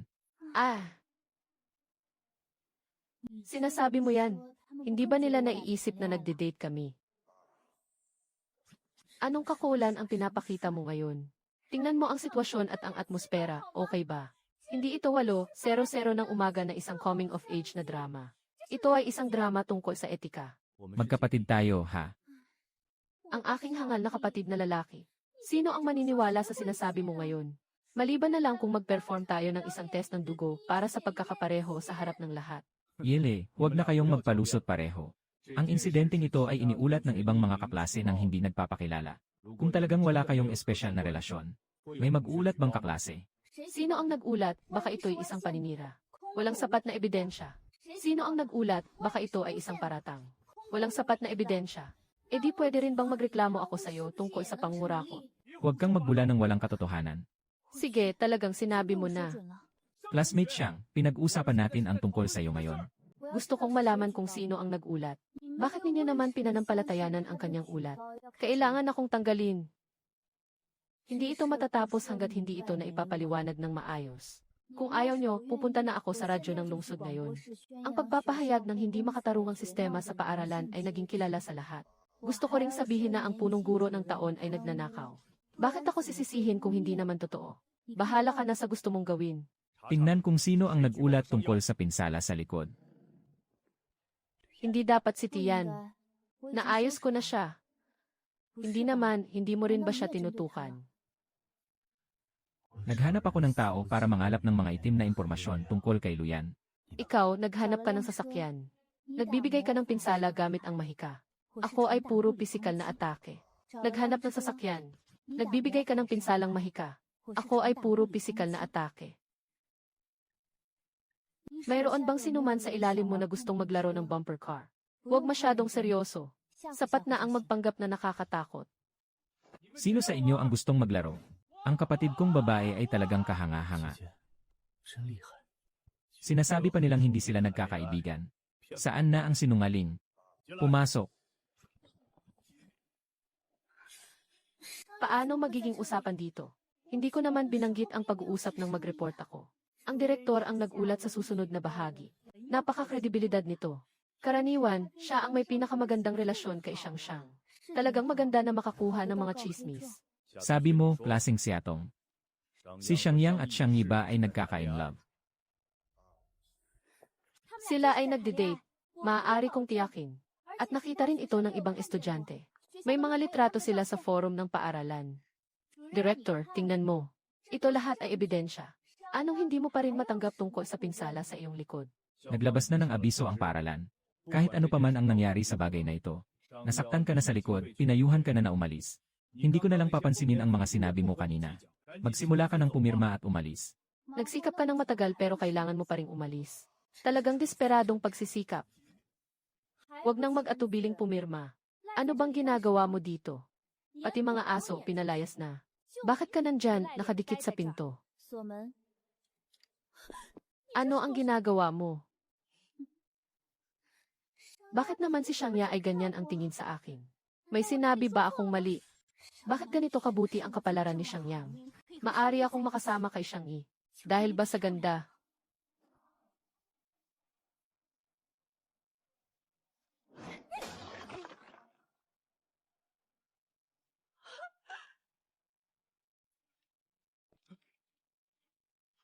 Sino ang nagsabi na gusto akong magpa-expel? Hindi ko alam. Sinabi ng punong guro na gawin ko ito. Hindi ka ba mayaman lang sa bahay? Kaya pala sobrang walang modo. Talagang tapos ka na sa pagkakataong ito, hindi ko alam. Bakit ang binata ay nakikipag-ugnayan sa isang katulad mo?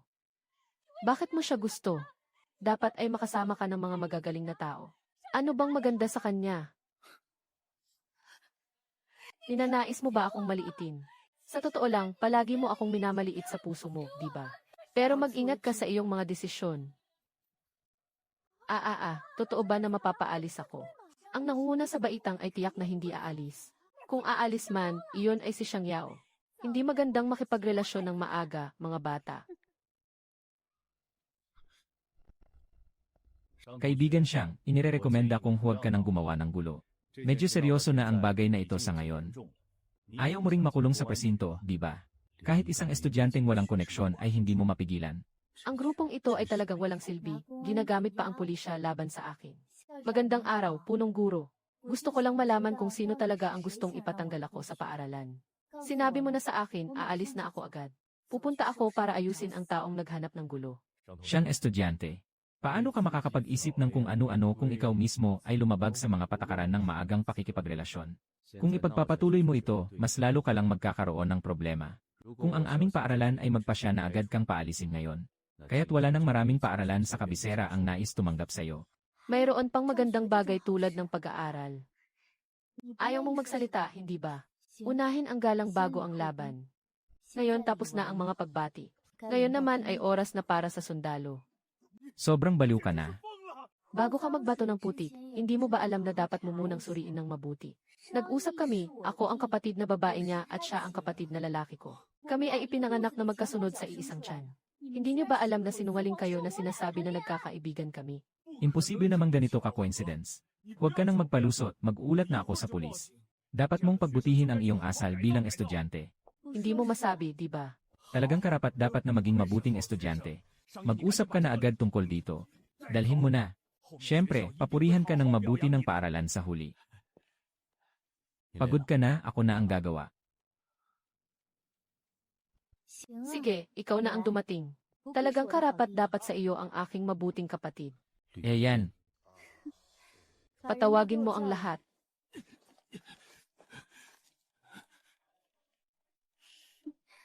Dumating ka at umupo, nakakapagod ang tumayo.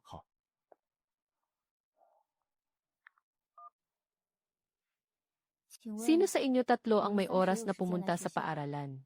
Anong nangyari?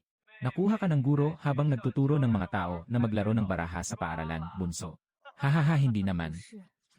Anong paaralan yan, aking nakababatang kapatid? Universidad ng Jingsheng. Wow, ang ganda ng paaralan. Kaya sino ang may oras? Kung wala kang oras, ayos lang. Pupunta ako sa ibang tao, may oras ako, pupunta na ako. Sige, salamat. Pakiusap na pakinggan si Yuhan ang ulat mamaya. Lalabas lang ako sandali. May mga bagay na dapat ipaalam. Sige, salamat Ginoong Xi.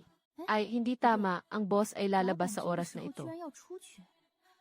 3 minuto na ang nakalipas, hindi ba't pinapabili mo akong bumili ng almusal? Bumalik ka ng napakaaga. Anong nangyari? Sinasalungat nila ako na maaga akong nagkaibigan. Gusto akong paalisin. Mukhang gwapo din. Talagang ito ang uri ng lalaki na gusto ng mga batang babae sa ganitong edad. Ito ang aking nakababatang kapatid na lalaki. Hindi nakakapagtaka na kamukha niya. Hahaha. Akala ko kaya mong tawagin ang alkalde dito. Kaya pala ganito ang sitwasyon. Baka naman gusto mong maghanap ng gwapong lalaki para sa akin. Hayaan mo akong patawarin ka. Talagang ang mga hindi nakakaalam ay walang takot. Sige lang, ituloy mo. Ulitin mong panoorin kung paano ka aabutin ng malaking kontrabida. Kaya pala itong batang babae. Siya ang anak na babae ng mayamang negosyante. Kailangan mong pumunta sa opisina ng punong guro. Hindi mo ba ako naririnig habang kausap kita? Anong silbi ng pagtawag? Ano ang pangalan mo? Maganda rin naman ang itsura ng lalaking ito. Maaari mong subukang talakayin ang yelo na ito. Magbigay ng kaunting pakiramdam ng panganib. Maaari ba akong umupo dito? Talagang isa pa siyang bata. Bingi ka ba, nagsasalita ako sa'yo. Sandali, kapag nasa likod ng babaeng demonyo, magiging masunuri na siya. Naiinis ka ba sa huli mong hindi ka naging komportable? Ikaw ang may kasalanan, hindi tama. Anong insidente ang naayos ng maayos sa surveillance? Saktan ang isang karaniwang estudyante sa kolehiyo. Paano posible na magkaroon ng ganitong paraan? Yung mga litrato na iyon, ikaw din ang nag-post niyan, hindi ba? Sinasabi ko lang, ano ang ipinag-usapan na ipinadala? Paano mangyayari na ikaw iyon? Ngayon ay naipadala na. Nabaliw na. Sobrang mahal kita at ganito ang ginawa mo sa akin. Kailangan kong tawagan ang mga magulang ko. Tapos na. Kung makita ng tatay ang mga larawang iyon, tiyak na magagalit siya. Anong silbi ng magustuhan siya? Hindi ka naman niya gusto. Ito ang utang na loob ng kapatid mo, matalino. Bakit hindi mo ako sinabihan bago dumating si Ginoong Xi? Ako mismo ang pupunta para sunduin ka. Hindi naman ganito kalaki ang tao na ito. E di ba't tapos na ako? Ako. Ang kapatid kong babae ay inakusahan sa paaralan at nagkaroon ng maagang relasyon sa kanyang nakababatang kapatid. Ginoong Lee, ano sa tingin mo ang tamang paraan para ayusin ito? Ay naku, tapos na. Ang magandang balita ay hindi natin na-offend ang malaking bodha. Masamang balita, na-offend ang kapatid na babae ng malaking bodha. Pasensya na, Ginoong Xi. At mayroon pang kapatid na babae si Ginoong Xi. Kami sa paaralan. Tiyak na kailangang bigyan ng linaw ang dalaga. Anong nangyari? Nagsusumikap siyang mag-aral. Bakit niyo pinaparatangan ang tao na maaga siyang nagkaibigan kasama ang kanyang kapatid? Hindi ba ito kalokohan? Si Lujia ang nagpasya na tanggalin si Xiang Xiao. Pinipilit din akong gawin ito. Huwag mo nang banggitin iyon. Kung malaman ng tatay ko na ganyan ang trato mo sa akin. Tapos ka na. Kaya ba ng pamilya ni Luna maging kasing lakas ng mga miyembro ng board ng paaralan? Lalo na't itong taong ito. Ginawa ng nanay ko ang lahat para sa akin nang inaapi ako. Ano ang ibig sabihin ng panggugulo? Tinulungan ka ng nanay mo na paalisin ang kaklase mo. Nang aapi ng mga estudyante sa paaralan habang naglilibang sa labas. Kahit ako, ganito kita pinapabagsak. Z, ang galing, nawala ka na ba sa katinuan? Ganito ang pagtrato sa anak na babae. Pasensya na, Ginoong Xi. Ako ang hindi nag-alaga ng maayos sa aking anak na babae.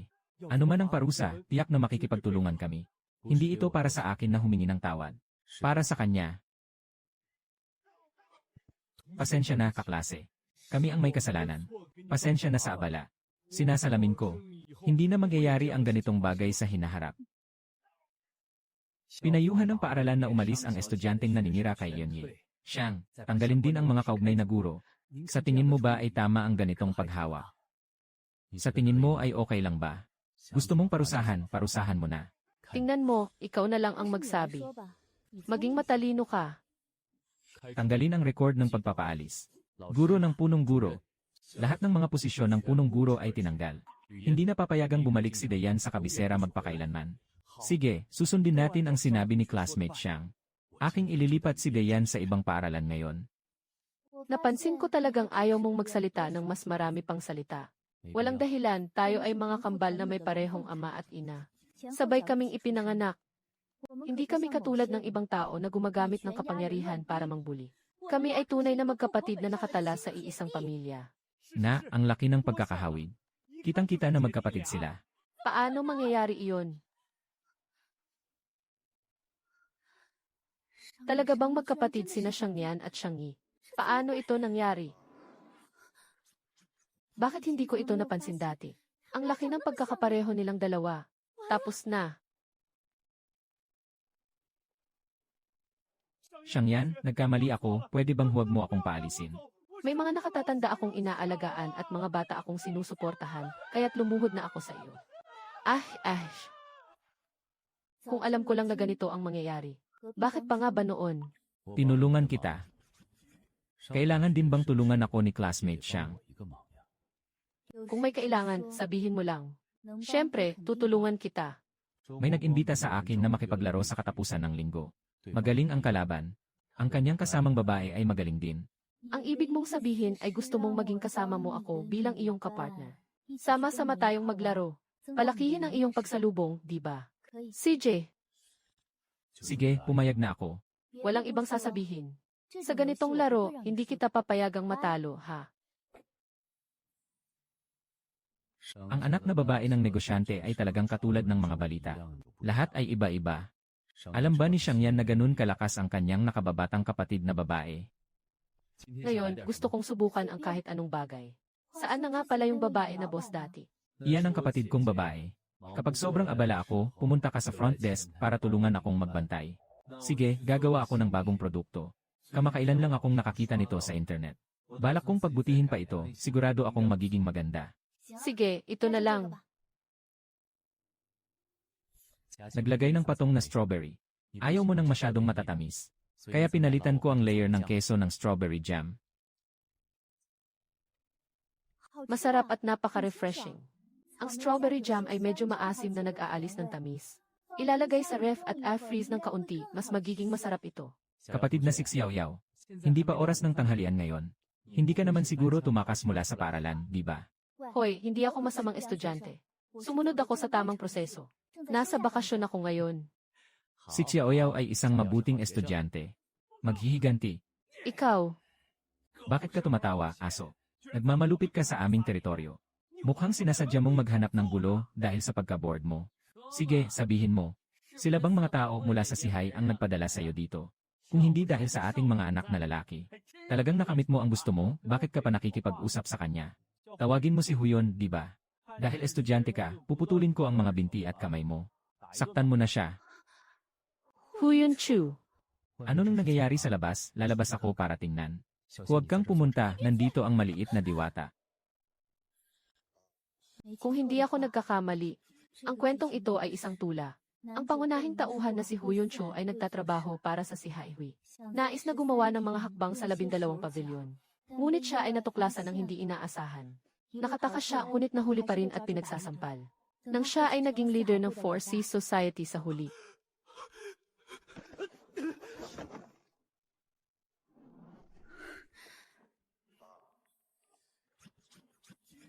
Huwag nang makipagtalo, hayaan mo siyang umalis. Ibalik mo sa akin ang lahat ng mga pamalo. Swerte na lang. Bakit bigla siyang tumigil? Baka hindi pa siya nakakabawi ng kahihiyan. Kung ganun nga, sa hinaharap, tiyak na ibabalik ko ito ng 100 beses, 1,000 beses. Nandyan ka ba malapit, boss? Bakit hindi mo siya kausapin ng maayos? Nagustuhan mo siya. Hindi tama, kahit na may ilang ganda siya. Pero sa tingin ko, wala akong pakialam sa kanya. Oh, ayos lang iyon. Sinasabi ko na hindi ka naman ganun kababa ang panlasa. Huwag nang mag-aksaya ng salita, pakawalan mo na siya. Magsalita ka ng mahinahon, huwag mong hayaang magalit siya sa'yo. Naintindihan mo ba? Bakit ka pa pinapapunta kung ayaw mo? Kung ayaw mong pumunta, huwag ka nang pumunta, ayos lang. Ha ha ha ha ha. Akala ko ay gusto ng batang Panginoon na siya mismo ang gumawa. Ay. Huwag ka nang pumunta sa mga delikadong lugar sa susunod. Hindi lahat ay katulad ko na papayagang umalis ka. Bumalik ka na sa paaralan at mag-aral. Ano ba itong pinapanood? Parang isang youth idol drama. Diyos ko naman, hindi lahat ay katulad ko na papayagang kang umalis. Ano nang nangyayari sa kanilang dalawa? Hindi ko alam. Umalis na kayo. Gusto mo bang ihatid kita sa paaralan?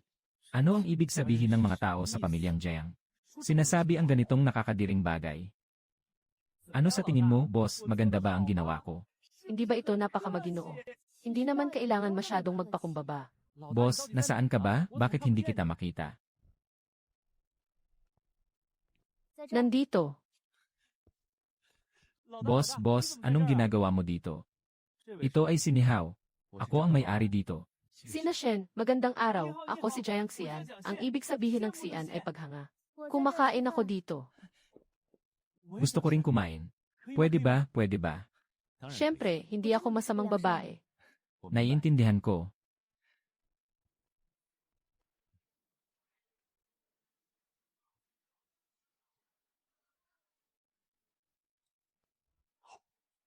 Hindi ka ba pinapakain sa bahay niyo o nalugi na? Kailangan bang mag-ipon ng karne para sa pagkatulog sa taglamig? Sige, magtipid ka na lang. Ang lakas ng laban mo na ganyan. Masisilong lang ako sa iba bilang reserbang pagkain. Gusto ng tatay ko na ilipat ako sa school para mag-aral. Nagmamatigas ako at nagbabalak na tumakas mula sa bahay. Tinanggal niya ang aking card. Kumain na ako ng instant noodles sa loob ng ilang araw. Gusto ng tatay ko na ilipat ako sa school para mag-aral. Nagmamatigas ako at nagbabalak na tumakas mula sa bahay. Pinutol niya ang aking card. Nakakain na ako ng instant noodles sa loob ng ilang araw. Narinig ko na ang school ang pinakamagandang unibersidad sa kabisera. Dahil ito ang pinakamaganda. Ayoko talagang pumunta. Nais kong marinig ang mga detalye. Siyempre, ang mga magagandang paaralan ay mahigpit ang mga patakaran, hindi ba? Mas nakakatakot ang paaralang iyon. Hindi pinapayagan ang dalhin ang cellphone at hindi pinapayagan ang pag-akyat sa pader ng paaralan. Kung pupunta ako doon, tiyak na mahihirapan ako ng husto. Madalas ka bang nagpapatawag ng magulang sa paaralan? Pero andyan din ang boss mo sa school. Sigurado ka bang ayaw mong pumunta? Totoo, hahaha. Huwag kang pumunta, peke ka. Hehe. Tatawagan ko na ang tatay ko para lumipat ng eskwelahan. Ah! Nakakainis talagang ayusin ang kwento. Totoong magkapatid, lumabas ang pangalawang bersyon. Sino ang walang utak na nagulat na ang magkapatid ay magkasintahan? Naku, ang maganda at sikat na estudyanteng si Luyan ay hindi katulad ng ibang mga estudyante. Huwag husgahan ang tao sa kanilang panlabas na anyo. Ako lang ba ang nagtataka kung ano ang background ng boses? Paalam. Hindi talaga mapagkakatiwalaan ang kapatid na babae. Bakit nandito ka? Lumipat ako ng klase. Saktong ang klase na ito ay katabi mo ay bakante. Nandito na. Sinasabi ko, paano ka biglang napunta sa klase namin? Hindi ka ba mula sa isang klase? Alam mo na bumalik na si Linyuan. Lumipat siya sa paaralan namin. Saktong-sakto sa isang klase. Sabi ng nanay ko na dapat kaming mag-alagaan sa isa't isa. Ngunit si Lin Yuchuan ay nagalit at sinabing inapi ko si Lin Yuan. Kailangan akong umalis sa isang klase. Ayaw ko nang makipagtalo sa kanila. Bakit hindi na lang siya lumipat ng klase, hindi ba?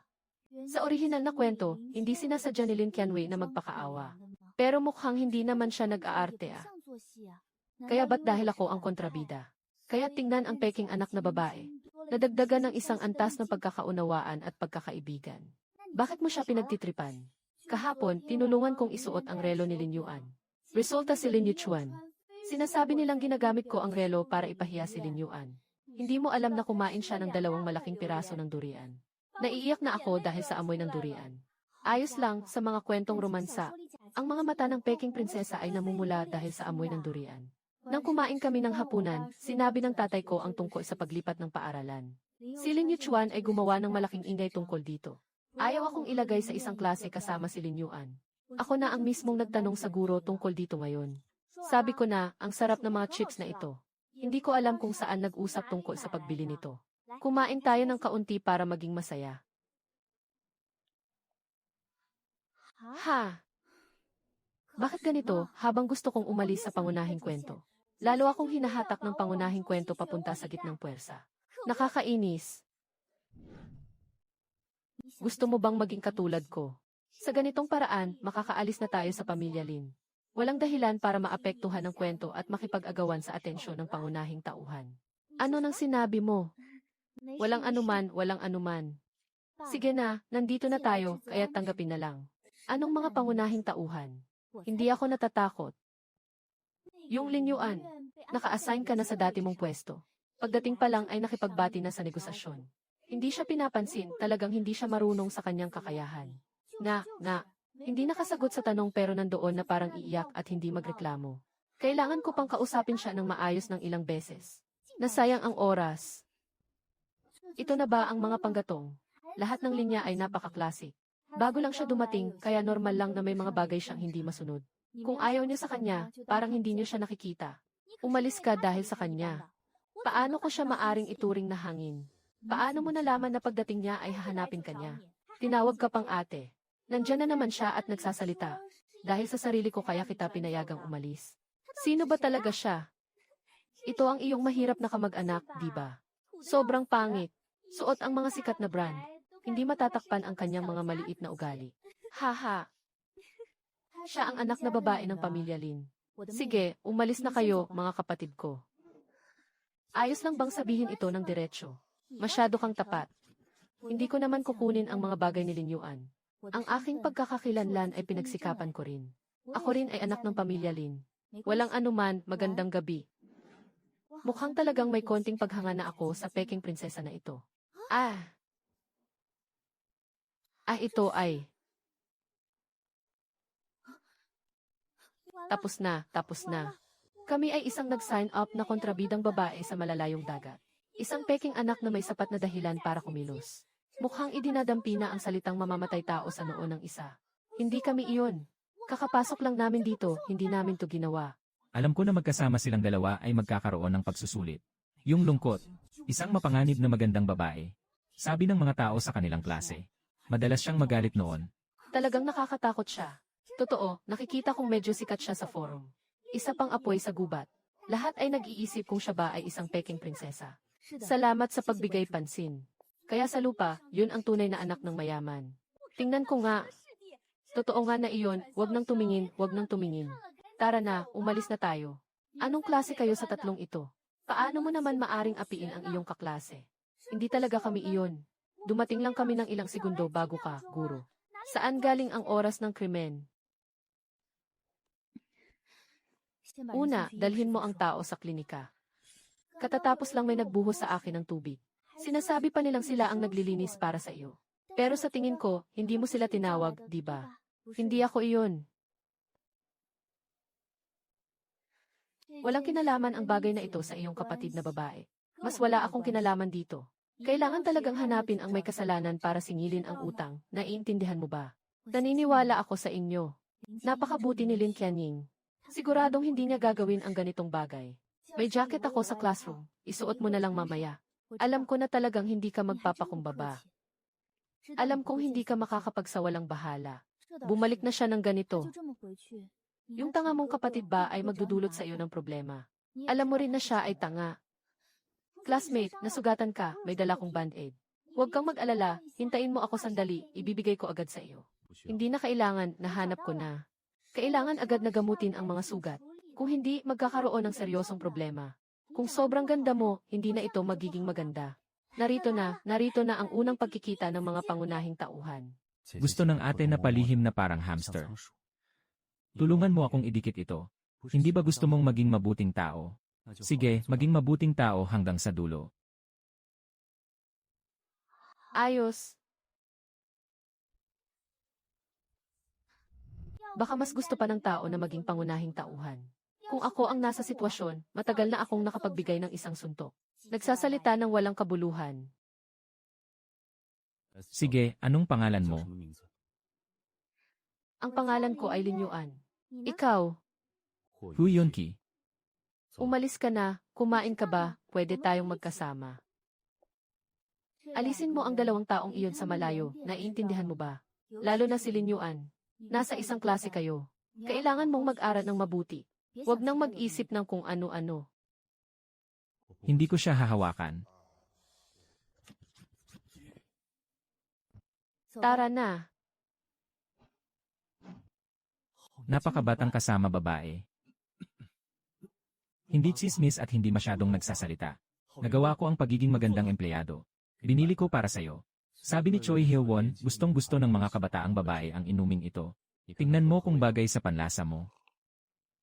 Hindi masama. Bakit hindi ko pa nakikita noon na ganito ang boss sa pag-aalaga sa iba? Ayos lang, anong karapatan ng mga manggagawa na pag-usapan ang mga ganitong pasakit? Talagang nasa oras si Ginoong Xi. Matagal ko nang gustong makipaglaro sa iyo ng ilang laro. Ngayon lang ako nagkaroon ng pagkakataon. Hahaha, hindi ko akalain na gusto ni General Xi ang ganito. Bakit hindi mo sinabi, inihanda ko na ang ilan para sa iyo? Ako ang kapatid niyang babae, hindi ang kasintahan. Anong problema mo? Huwag ka nang mag-aksaya ng oras. Simulan na natin. Ate, kung hindi ka marunong maglaro, Ano bang gusto mong mangyari, ate?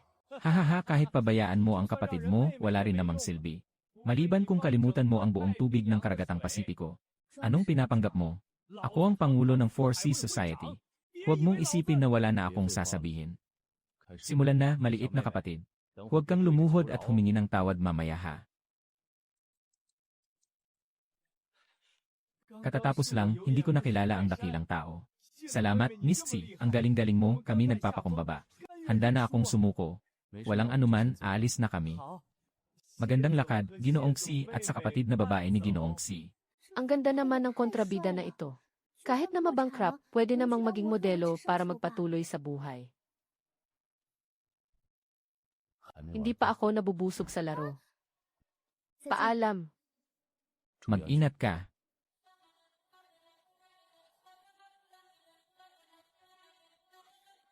Kung may gusto kang itanong, itanong mo na. Sino ba ang babaeng iyon? Ang galing naman maglaro ng laro ng negosyante. Yilad, yun ba ang negosyo ni Emmer? Siyang. Sino pa bang ibang negosyante? Pumunta ako, yung batang babae ay si Jing. Panganay na anak ng negosyante sa lungsod.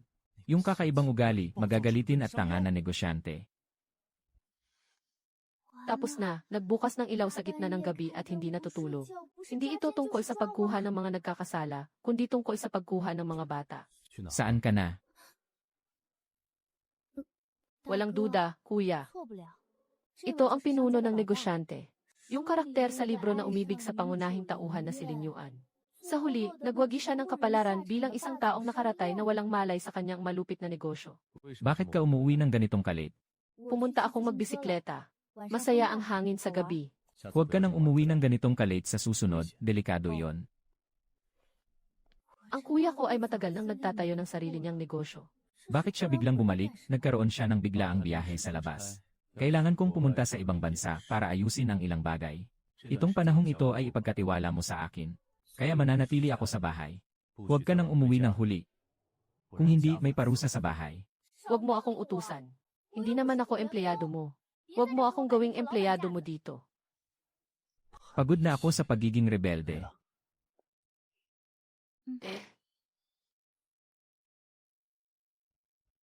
Good night, 8. Talaga, mas mabuti ang kapatid kaysa sa ganung uri ng kuya. Magandang gabi. Huwag siyang pasakitan.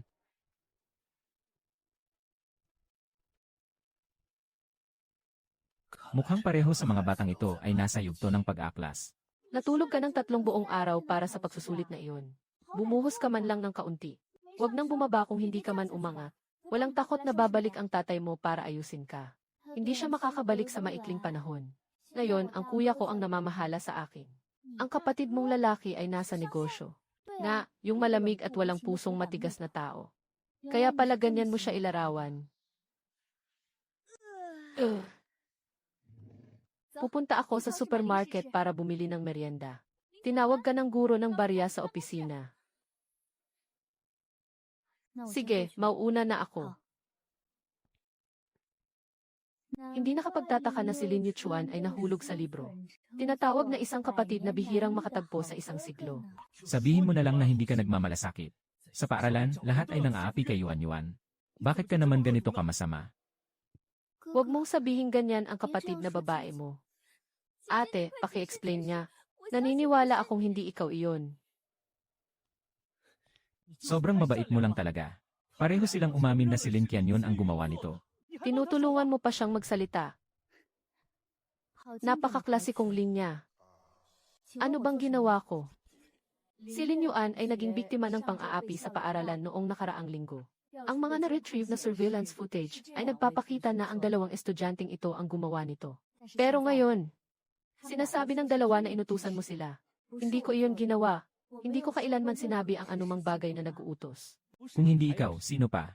Hindi ba't sa tingin mo ay banta sa'yo si Yuan Yuan? Siyempre, isa ka lang peke. Kaya pala si Lin Yuan talaga ang tunay na anak ng Lin pamilya. Nakakainis, kung hindi dahil sa pagtulong kay Lin Qianling. Hindi ko talaga kayang saktan si Lin Yuan. Alam ba ng mga magulang mo na sinasabi mo ito? Kaya mo bang ulitin yan sa harap nila, De? Huwag mong gamitin ang mga magulang ko laban sa akin. Hindi ba totoo ang sinasabi ko, may lakas ka bang magtanggi? Muling binigyang diin ng mga magulang. Hindi pinapayagang ibulgar ang bagay na ito. Dapat kong ipaliwanag ito agad-agad. Pero bakit ayaw kong gawin ito? Sabi ko na, hindi ko ito ginawa. Wala akong ganitong kaluwag.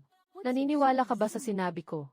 Kung hindi ko lang kayang iwan si Mama, matagal na akong umalis sa bahay na ito. Sinasabi ng dalawa na may kasama ka pang mga kaibigan. Talagang mga ahas at daga ang mga ito. Isama mo na rin ang mga kasama mo. Kailangan nating ayusin ang utang na ito. Ha ha ha. Bakit nandito si classmate siyang yan? Sino ka at sino ang nagbigay sa iyo ng karapatan na putulin ang sinasabi ko? Isa na namang maliit na babae na nahulog sa aking kagandahan. Hindi ba tinawag mo ako? Mga kasabwat ng ahas at daga. Siya nga. Sila at si Lin Qianhuan ang nag-utos sa atin na linisin ito. Ginoo Lin. Ang bilis talaga ng pagbabago ng mukha. At si Giangi. Lin, ilang araw lang ang nakalipas, nagmamalaki ka pa sa mga kamag-anak mong mahihirap. Kaya pala may isa pang nangbuli sa kapatid kong babae. Patawag mo ang mga magulang mo. Napakabastos ng taong ito na nananakit sa kanyang mga kaklase. Paano ka makakapag-stay sa paaralan? Dapat siyang paalisin. Ang tanga mong kapatid ay mahilig pang magpanggap na mayaman. Hindi siya ang kapatid ko. Huwag mo akong insultuhin. Talagang pasensya na. Hindi talaga namin nais na makipag-usap sa iyo ng maayos. Sila Lin Qianhuang ang nagpilit sa amin. Kung hindi namin ito gagawin, sasabihin nila sa atin ang tungkol sa mga bagay-bagay. Sila ay talagang hindi maganda ang reputasyon sa paaralan. Sino ang hindi nakakaalam na may masungit silang ugali? Isang taong walang pakialam sa iba. Hindi naman ako nagkulang sa pakikipag-usap sa iba. Walang anuman, hindi ko kayo sinisisi. Ate, sana ay maayos tayong nagkasama. Bakit kailangan ganito? Tapos na ang duet. Dahil sigurado kayo sa inyong mga sarili. Sige, pag-usapan natin. Kailan ba namin kayo pinayagan na bulingin si Lin Yuan? Anong petsa at oras, saang lokasyon? Sinasabi ba ito online o offline? Huwag mong sabihin ganun si kapatid siyang, okay lang sila. Sige, sasabihin ko sa'yo. Nabulag ka sa sinasabi nila, hindi ba? Umiyak ka ng kaunti at maniniwala ka na. Sinasabi ni Lin Qianyu ng ilang beses na hindi siya. Bakit hindi ka naniniwala? Oh, naiintindihan ko na, pinipili mong maniwala, di ba? Bakit mo sinasabi na gusto mong makisama ng maayos sa kanya? Kayo ay tunay na magkapatid. Bakit hindi mo siya pagkakatiwalaan pero may tiwala ka sa ibang tao? Hindi ganito. Naniniwala ako sa kapatid na babae. Bakit tuwing ako'y nasa alanganin, ganito? Baka si siyang yan ay tumayo na parang isang kabalyero. Bakit mo kayang kausapin ang kapatid kong babae ng ganyan? Alam mo ba kung sino ako? Dalhin mo ang mga magulang mo dito. Ang nangyari ngayon ay dapat parusahan ng mabigat. Bakit mo pinatawag ang mga magulang ko? Akala mo ikaw ay isang makapangyarihang si. Akala mo talaga ikaw ang pangunahing tauhan ng season na ito. Nagmamadali kang magmura sa akin. Bakit naman ako matatakot na murahin ka? Mabilis na pumunta sa katayan. Samantalahin ang pagkakataon bago magpasko para makabenta ng magandang presyo. Huwag kang magalit, classmate siyang. Kayo ba ang gumawa nito? Pakinggan natin kung ano ang sasabihin nila. Paano kayo talaga pinangunahan? Sinasabi nila sa atin ito sa cellphone. Sige, ipakita mo sa amin ang record. Huwag mong sabihin na delete ang record at hindi na ito matatagpuan. Ngayon, napaka-advanced na ng teknolohiya. Marami akong paraan para mahanap ito. Mali ang naaalala ko, sinabi ito sa atin ng personal. Ganito kasi iyon. Ngayon, nagbago na naman, di ba? Nagpapalit-palit na parang magic. Hindi mo talaga alam kung paano kami siraan, di ba? Ano man ang sabihin mo, may katwiran ka, hindi na ako makikipagtalo pa. Kayo ang nagtatanggol sa estudyanteng ito, di ba? Kung hindi nyo pa siya tawagin, tatawagin ko na ang mga magulang niya. Agad kong tatawagin ang mga pinuno ng paaralan nyo. Pagdating ng panahon, huwag na kayong gumawa. Kahit sinabi sa akin ng punong guro na huwag galitin si Xiang Yansheng. Ngunit ang taong ito ay isang miyembro ng pamilya Lin. CJ, sige, tawagin mo ang mga magulang. Natatakot pa ba ako? Sandali, mali iyon. Parang ang mga magulang ko ngayon ay... Ako ay magulang ng estudyante sa paaralang Pangkalakalan. Ano ang nangyari? Tapos na, nandito rin si Mingming.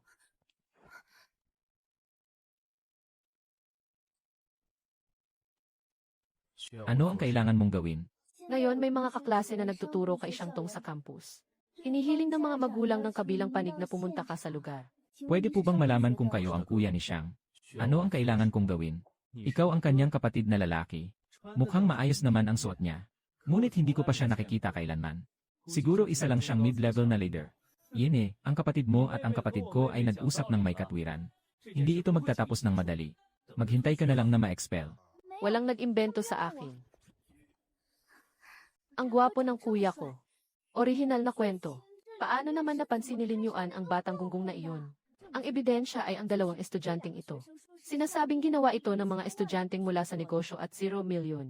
Ibig sabihin, sa kabila ng kawalan ng anumang direktang ebidensya, sinasabi niyo na ito ay gawa ng negosyo kahit wala kayong anumang ebidensya, tama ba? Ito, Paano? Ngayon may mga testigo na, ano pa ang itatanggi? Nagmamalaki ka sa iyong ginawa ngunit hindi mo kayang harapin ang mga ito. sila ang tunay na nangbuli kay Lin Yuan. Ngayon, naniniwala na kayo sa mga bintang nyo. Ang ganitong hotpot na may utak na nilaga. Huwag magmura. Parang narinig ko na ang salitang ito dati. Sino ka ba, tatay ko o si Siyang yan?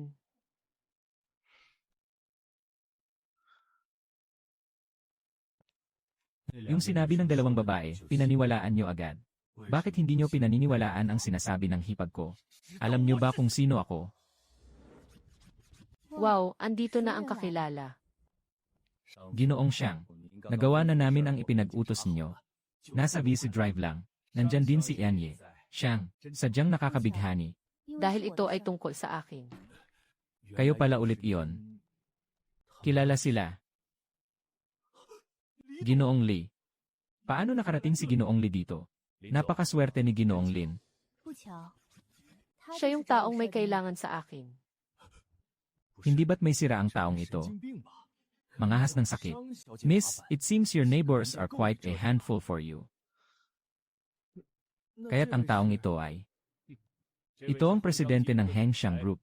Si Ginoong Siyang ng Hengxiang Group. Jing Teng ng negosyante.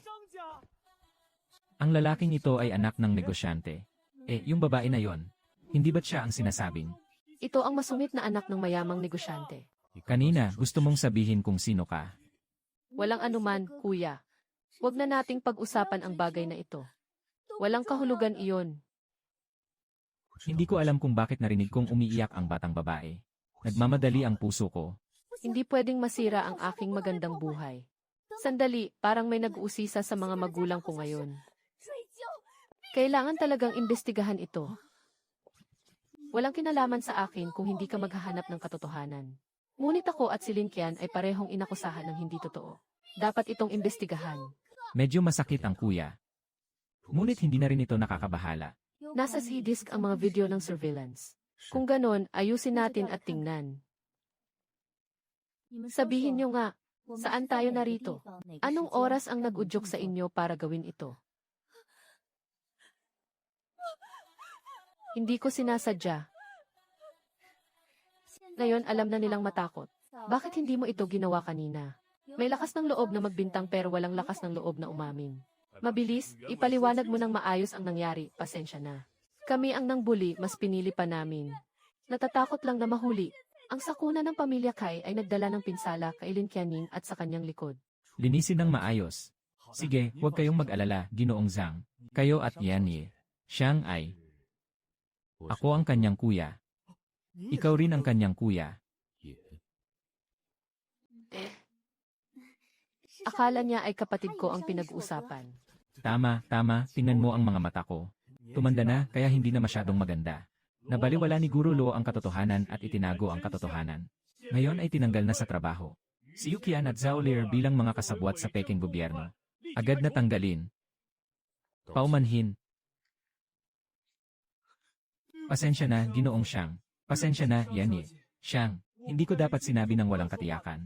Talagang ikinalulungkot ko. Ay, kulang pa ng isa. Kailangan pa siyang humingi ng tawad. Hindi ka bagay. Anong ibig mong sabihin na ayaw mo? Pasensya na, ate. Hindi ko dapat hindi ka pinagkatiwalaan. Huwag mong sabihin ito sa mommy at daddy, okay? Hindi sinasadya ng kuya na sabihin ang mga salitang iyon. Talagang hindi ito sinasadya. Ginawa niya iyon ng may intensyon. Talagang may kakayahan si Lin Qian. Nakuha pa niyang makipag-ugnayan sa mga tao ng negosyante. Masyadong mahigpit ang aming negosyo. Ang dokumento ng negosyo ay palaging kumpidensyal. Hindi ko akalain na dahil dito ay mapapahamak ako. Hindi nakakapagtaka na siya ay madaling magalit at hindi sumusunod sa mga alituntunin. Nalaman kong siya ay nabuli sa paaralan. Ang nakatatandang kapatid ay parang ama. Ako ang hindi gumawa ng maayos. Kung may kailangan ka, diretsyo mo akong hanapin. Tutulungan kita na ayusin ito. Bro, 25 ka na ngayong taon, alam mo ba? Kaya isa ka ng 25 taong gulang na matandang lalaki. May mga iniisip tungkol sa bagong adult na estudyante sa kolehiyo. Ito ang kapatid na hindi tumutugma sa mga pamantayan ng lipunan. Sinasabi ba niyang hindi ako sapat na nagmamalasakit sa kanya? Alam na ng kuya. Hindi naman siguro. Isang pagkikita lang ng pangunahing tauhan, ganito nakalalim ang damdamin. Mukhang medyo malungkot pa siya. Walang pag-asa ang isip ng taong umiibig. Naghihintay sa labas ang iyong damit. Maaasahan kong kung hindi ka nagising. Siguradong maghihintay ang batang iyon hanggang magising ka. Bumalik tayo sa bahay. Wala tayong magagawa. Ganyan kabait ang kapatid kong lalaki. Sige, mauna na ako, magkita tayo bukas. Sige, magkita tayo bukas.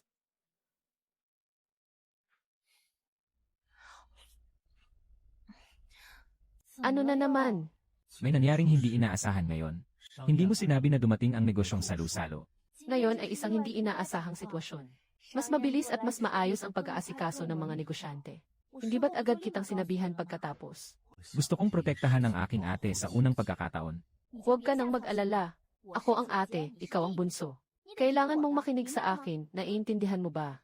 Hindi tama, maliit na kapatid. Hindi mo man lang tinawag si boss ng negosyo. Kung hindi mo ako tatawagin, hindi rin ako tatawag. Tayo ang tunay na konektado sa dugo. Pinakamahalagang tao sa isa't isa. Tawa lang ako ng tawa. Nalaman kong ikaw ay isang master ng kontrol. Relasyon ng dalagang anak at batang Ginoo. Talagang bumubuti na ito. Talagang nakakaantig. Ginoo, nakaalaga ba ng maayos ang anak ko sa iyo? Huwag mag-alala, maayos naman. Babalik siya sa bahay para tingnan kayo. Maaari mong alagaan ang batang Ginoo ng mabuti. Hindi rin nasayang ang pagpapalaki sa kanya ng kanyang pamilya. Kumain ka ng mas maraming gulay, sabi ng doktor kulang ka sa bitamina. Ano ang silbi ng pag-abot dito?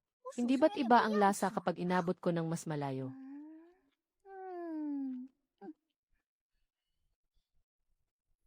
Makinig ka sa sinasabi ng doktor. Hindi ako kakain. Huwag ka nang makialam, hindi na ako bata. Talagang karapat-dapat sa akin ang aking 24 na taong mabuting kapatid. Maaari mong alisin ang mga nakakainis na berdeng gulay para sa kapatid na babae. Kung hindi bata, ano pa ba? Tanging mga bata lamang ang mapili sa pagkain. Huwag pilitin si Yang na kumain kung ayaw niya. Kulang sa bitamina, kumain ka na lang ng mas maraming prutas. Huwag magsalita ang mga nakakainis na tao kapag nagagalit na ako. Nawawalan ako ng gana. Kapag hindi na ako makakain mamaya, huwag ka na rin kumain. CJ, kung ano ang sinabi ni Yang, iyon ang susundin. Dapat magpakita ng respeto kapag kausap ang mga nakatatanda. Yanan. Hintayin mo, hindi ako makakain, kaya huwag ka ring umasa. Ngayon, masaya ka na ba? Ano na nangyari? Ayon sa katangian ni Xiang Yan. Ngayon, hindi ba nakadikit na ang mangkok sa mukha ni Xiang Yan? Bakit ang bait-bait mo? Kumain ka ng 3 pirasong broccoli ngayon. Sige, papayag ako sa isang bagay. Ano sa tingin mo? Talaga bang kahit ano ay pwede? Hindi lumalabag sa mga alituntunin at batas. Sige, pupunta akong sa kumpanya mo pagkatapos ng klase. At pagkatapos ay sabay tayong umuwi. Basta't nandyan ako. Ang kapatid na ito. Siguradong hindi mo naman naiisip na nakakaboard ang buhay, di ba? Siyempre, sa mundong ito, walang ibang tao na mas mahirap kausap kaysa sa akin. Miss, hindi ka ba sasabay sa akin pauwi? Sa panahong ito, at saka, magkasunod tayong pupunta sa kumpanya. Baba ako sa sasakyan, umuwi ka at maghintay sa akin, makinig ka. Mukhang bata pa. Hindi naman ganoon kahirap disiplinahin. Ginoo, narito ka sa langit. Tumingin habang bumubuti ang relasyon ng mga binata at dalaga. Siguradong magiging masaya rin siya. Wika 1-0 matematika 1-0 Ingles 1-0 kimika 30 pisika 100. Formal na panghabang buhay, ranggo sa ika-70 baitang ay 150. Paano nangyari na ganito kalayo ang agwat? Hindi ko akalain na ganito kalayo ang agwat. Hindi nakapasa ang mga negosyante sa anumang iba pang dalas. Ito ay isang pagbabago sa Jin. Kaya't kami ng ilang mga kapatid ang nagdala ng magagandang gin. Lahat ng lahi ay nawala. Bakit walang ganitong sitwasyon na pwedeng pag-usapan? At Switch, sumunod ka sa akin. Huwag ka na namang mamatay. Nakakapagod na ulitin ito. Hindi ka ba marunong gumalaw ng daliri mo? Ah, miss, dahan-dahan lang, hintayin mo ako. Mukhang hindi ko kayang tumalon dito. Paano ka tumalon, Ginoo? Sapat na ang mag-slide at lumipad. Hindi ba't itinuro ko na sa iyo ito kanina? Ito at ito. Ngayon, alam mo na, di ba? Nakuha mo na, miss, ang galing mo. Ang bilis ng iyong reaksyon. Wahaha. Parang may kaunting init dito. Huwag ka nang maglaro, lumapit ka na. Pumunta ka na, siguro tinatawag ka ng Ginoo. Tinatawag ka ng boss mo. Bakit mo ako tinatawag? Kung may kailangan, sabihin mo na lang, tamad akong lumipat. Ay, kung komportable, para ito sa mga up. Sige, handa akong mag-costume bilang vampira na nakahiga sa kabaong. Lumabas na ang mga resulta ng midterm exam. Hindi maganda ang iyong mga marka. Sige, kukuha ako ng guro para sa iyong remedial class. Parang iisa lang ang kable ng kuryente ng mag-amang ito. Basta't kailangan akong bigyan ng guro. Ganito na ba kababa ang mga marka ko? Mag-ayos ng tao para maghanap. Kailangan ng guro na babae ng pasensya. Huwag. Huwag kang makipag-usap sa kuya mo na walang galang. Ito ang unang pagkakataon na nakita kong nagalit ang malamig na pangulo. Ayaw kong mag-aral ng remedial. Satisfied ako sa aking mga marka. Huwag mong ipataw sa akin ang mga pamantayan ng elitistang edukasyon. Sabi ng matandang pagong, ito ay parang jackpot ng genetic lottery. Mga tanga na lumabas mula sa matalinong itlog. Ang dapat punan ay ikaw, anak ng negosyante, kapatid ko. Hindi ka naman bobo. Hindi matalino. Kasi hindi ako nag-aral ng mabuti. Hindi mo na kailangang aliwin ako, bobo lang talaga ako. Nakakabigla na nakakuha ako ng ganitong marka, parang nag-aapoy ang mga ninuno ko. Kung ayaw ng dalaga na mag-aral, ayos lang. Wala namang pagmamadali ngayon sa unang taon. Ayos lang na maglaro pa siya ng kaunti.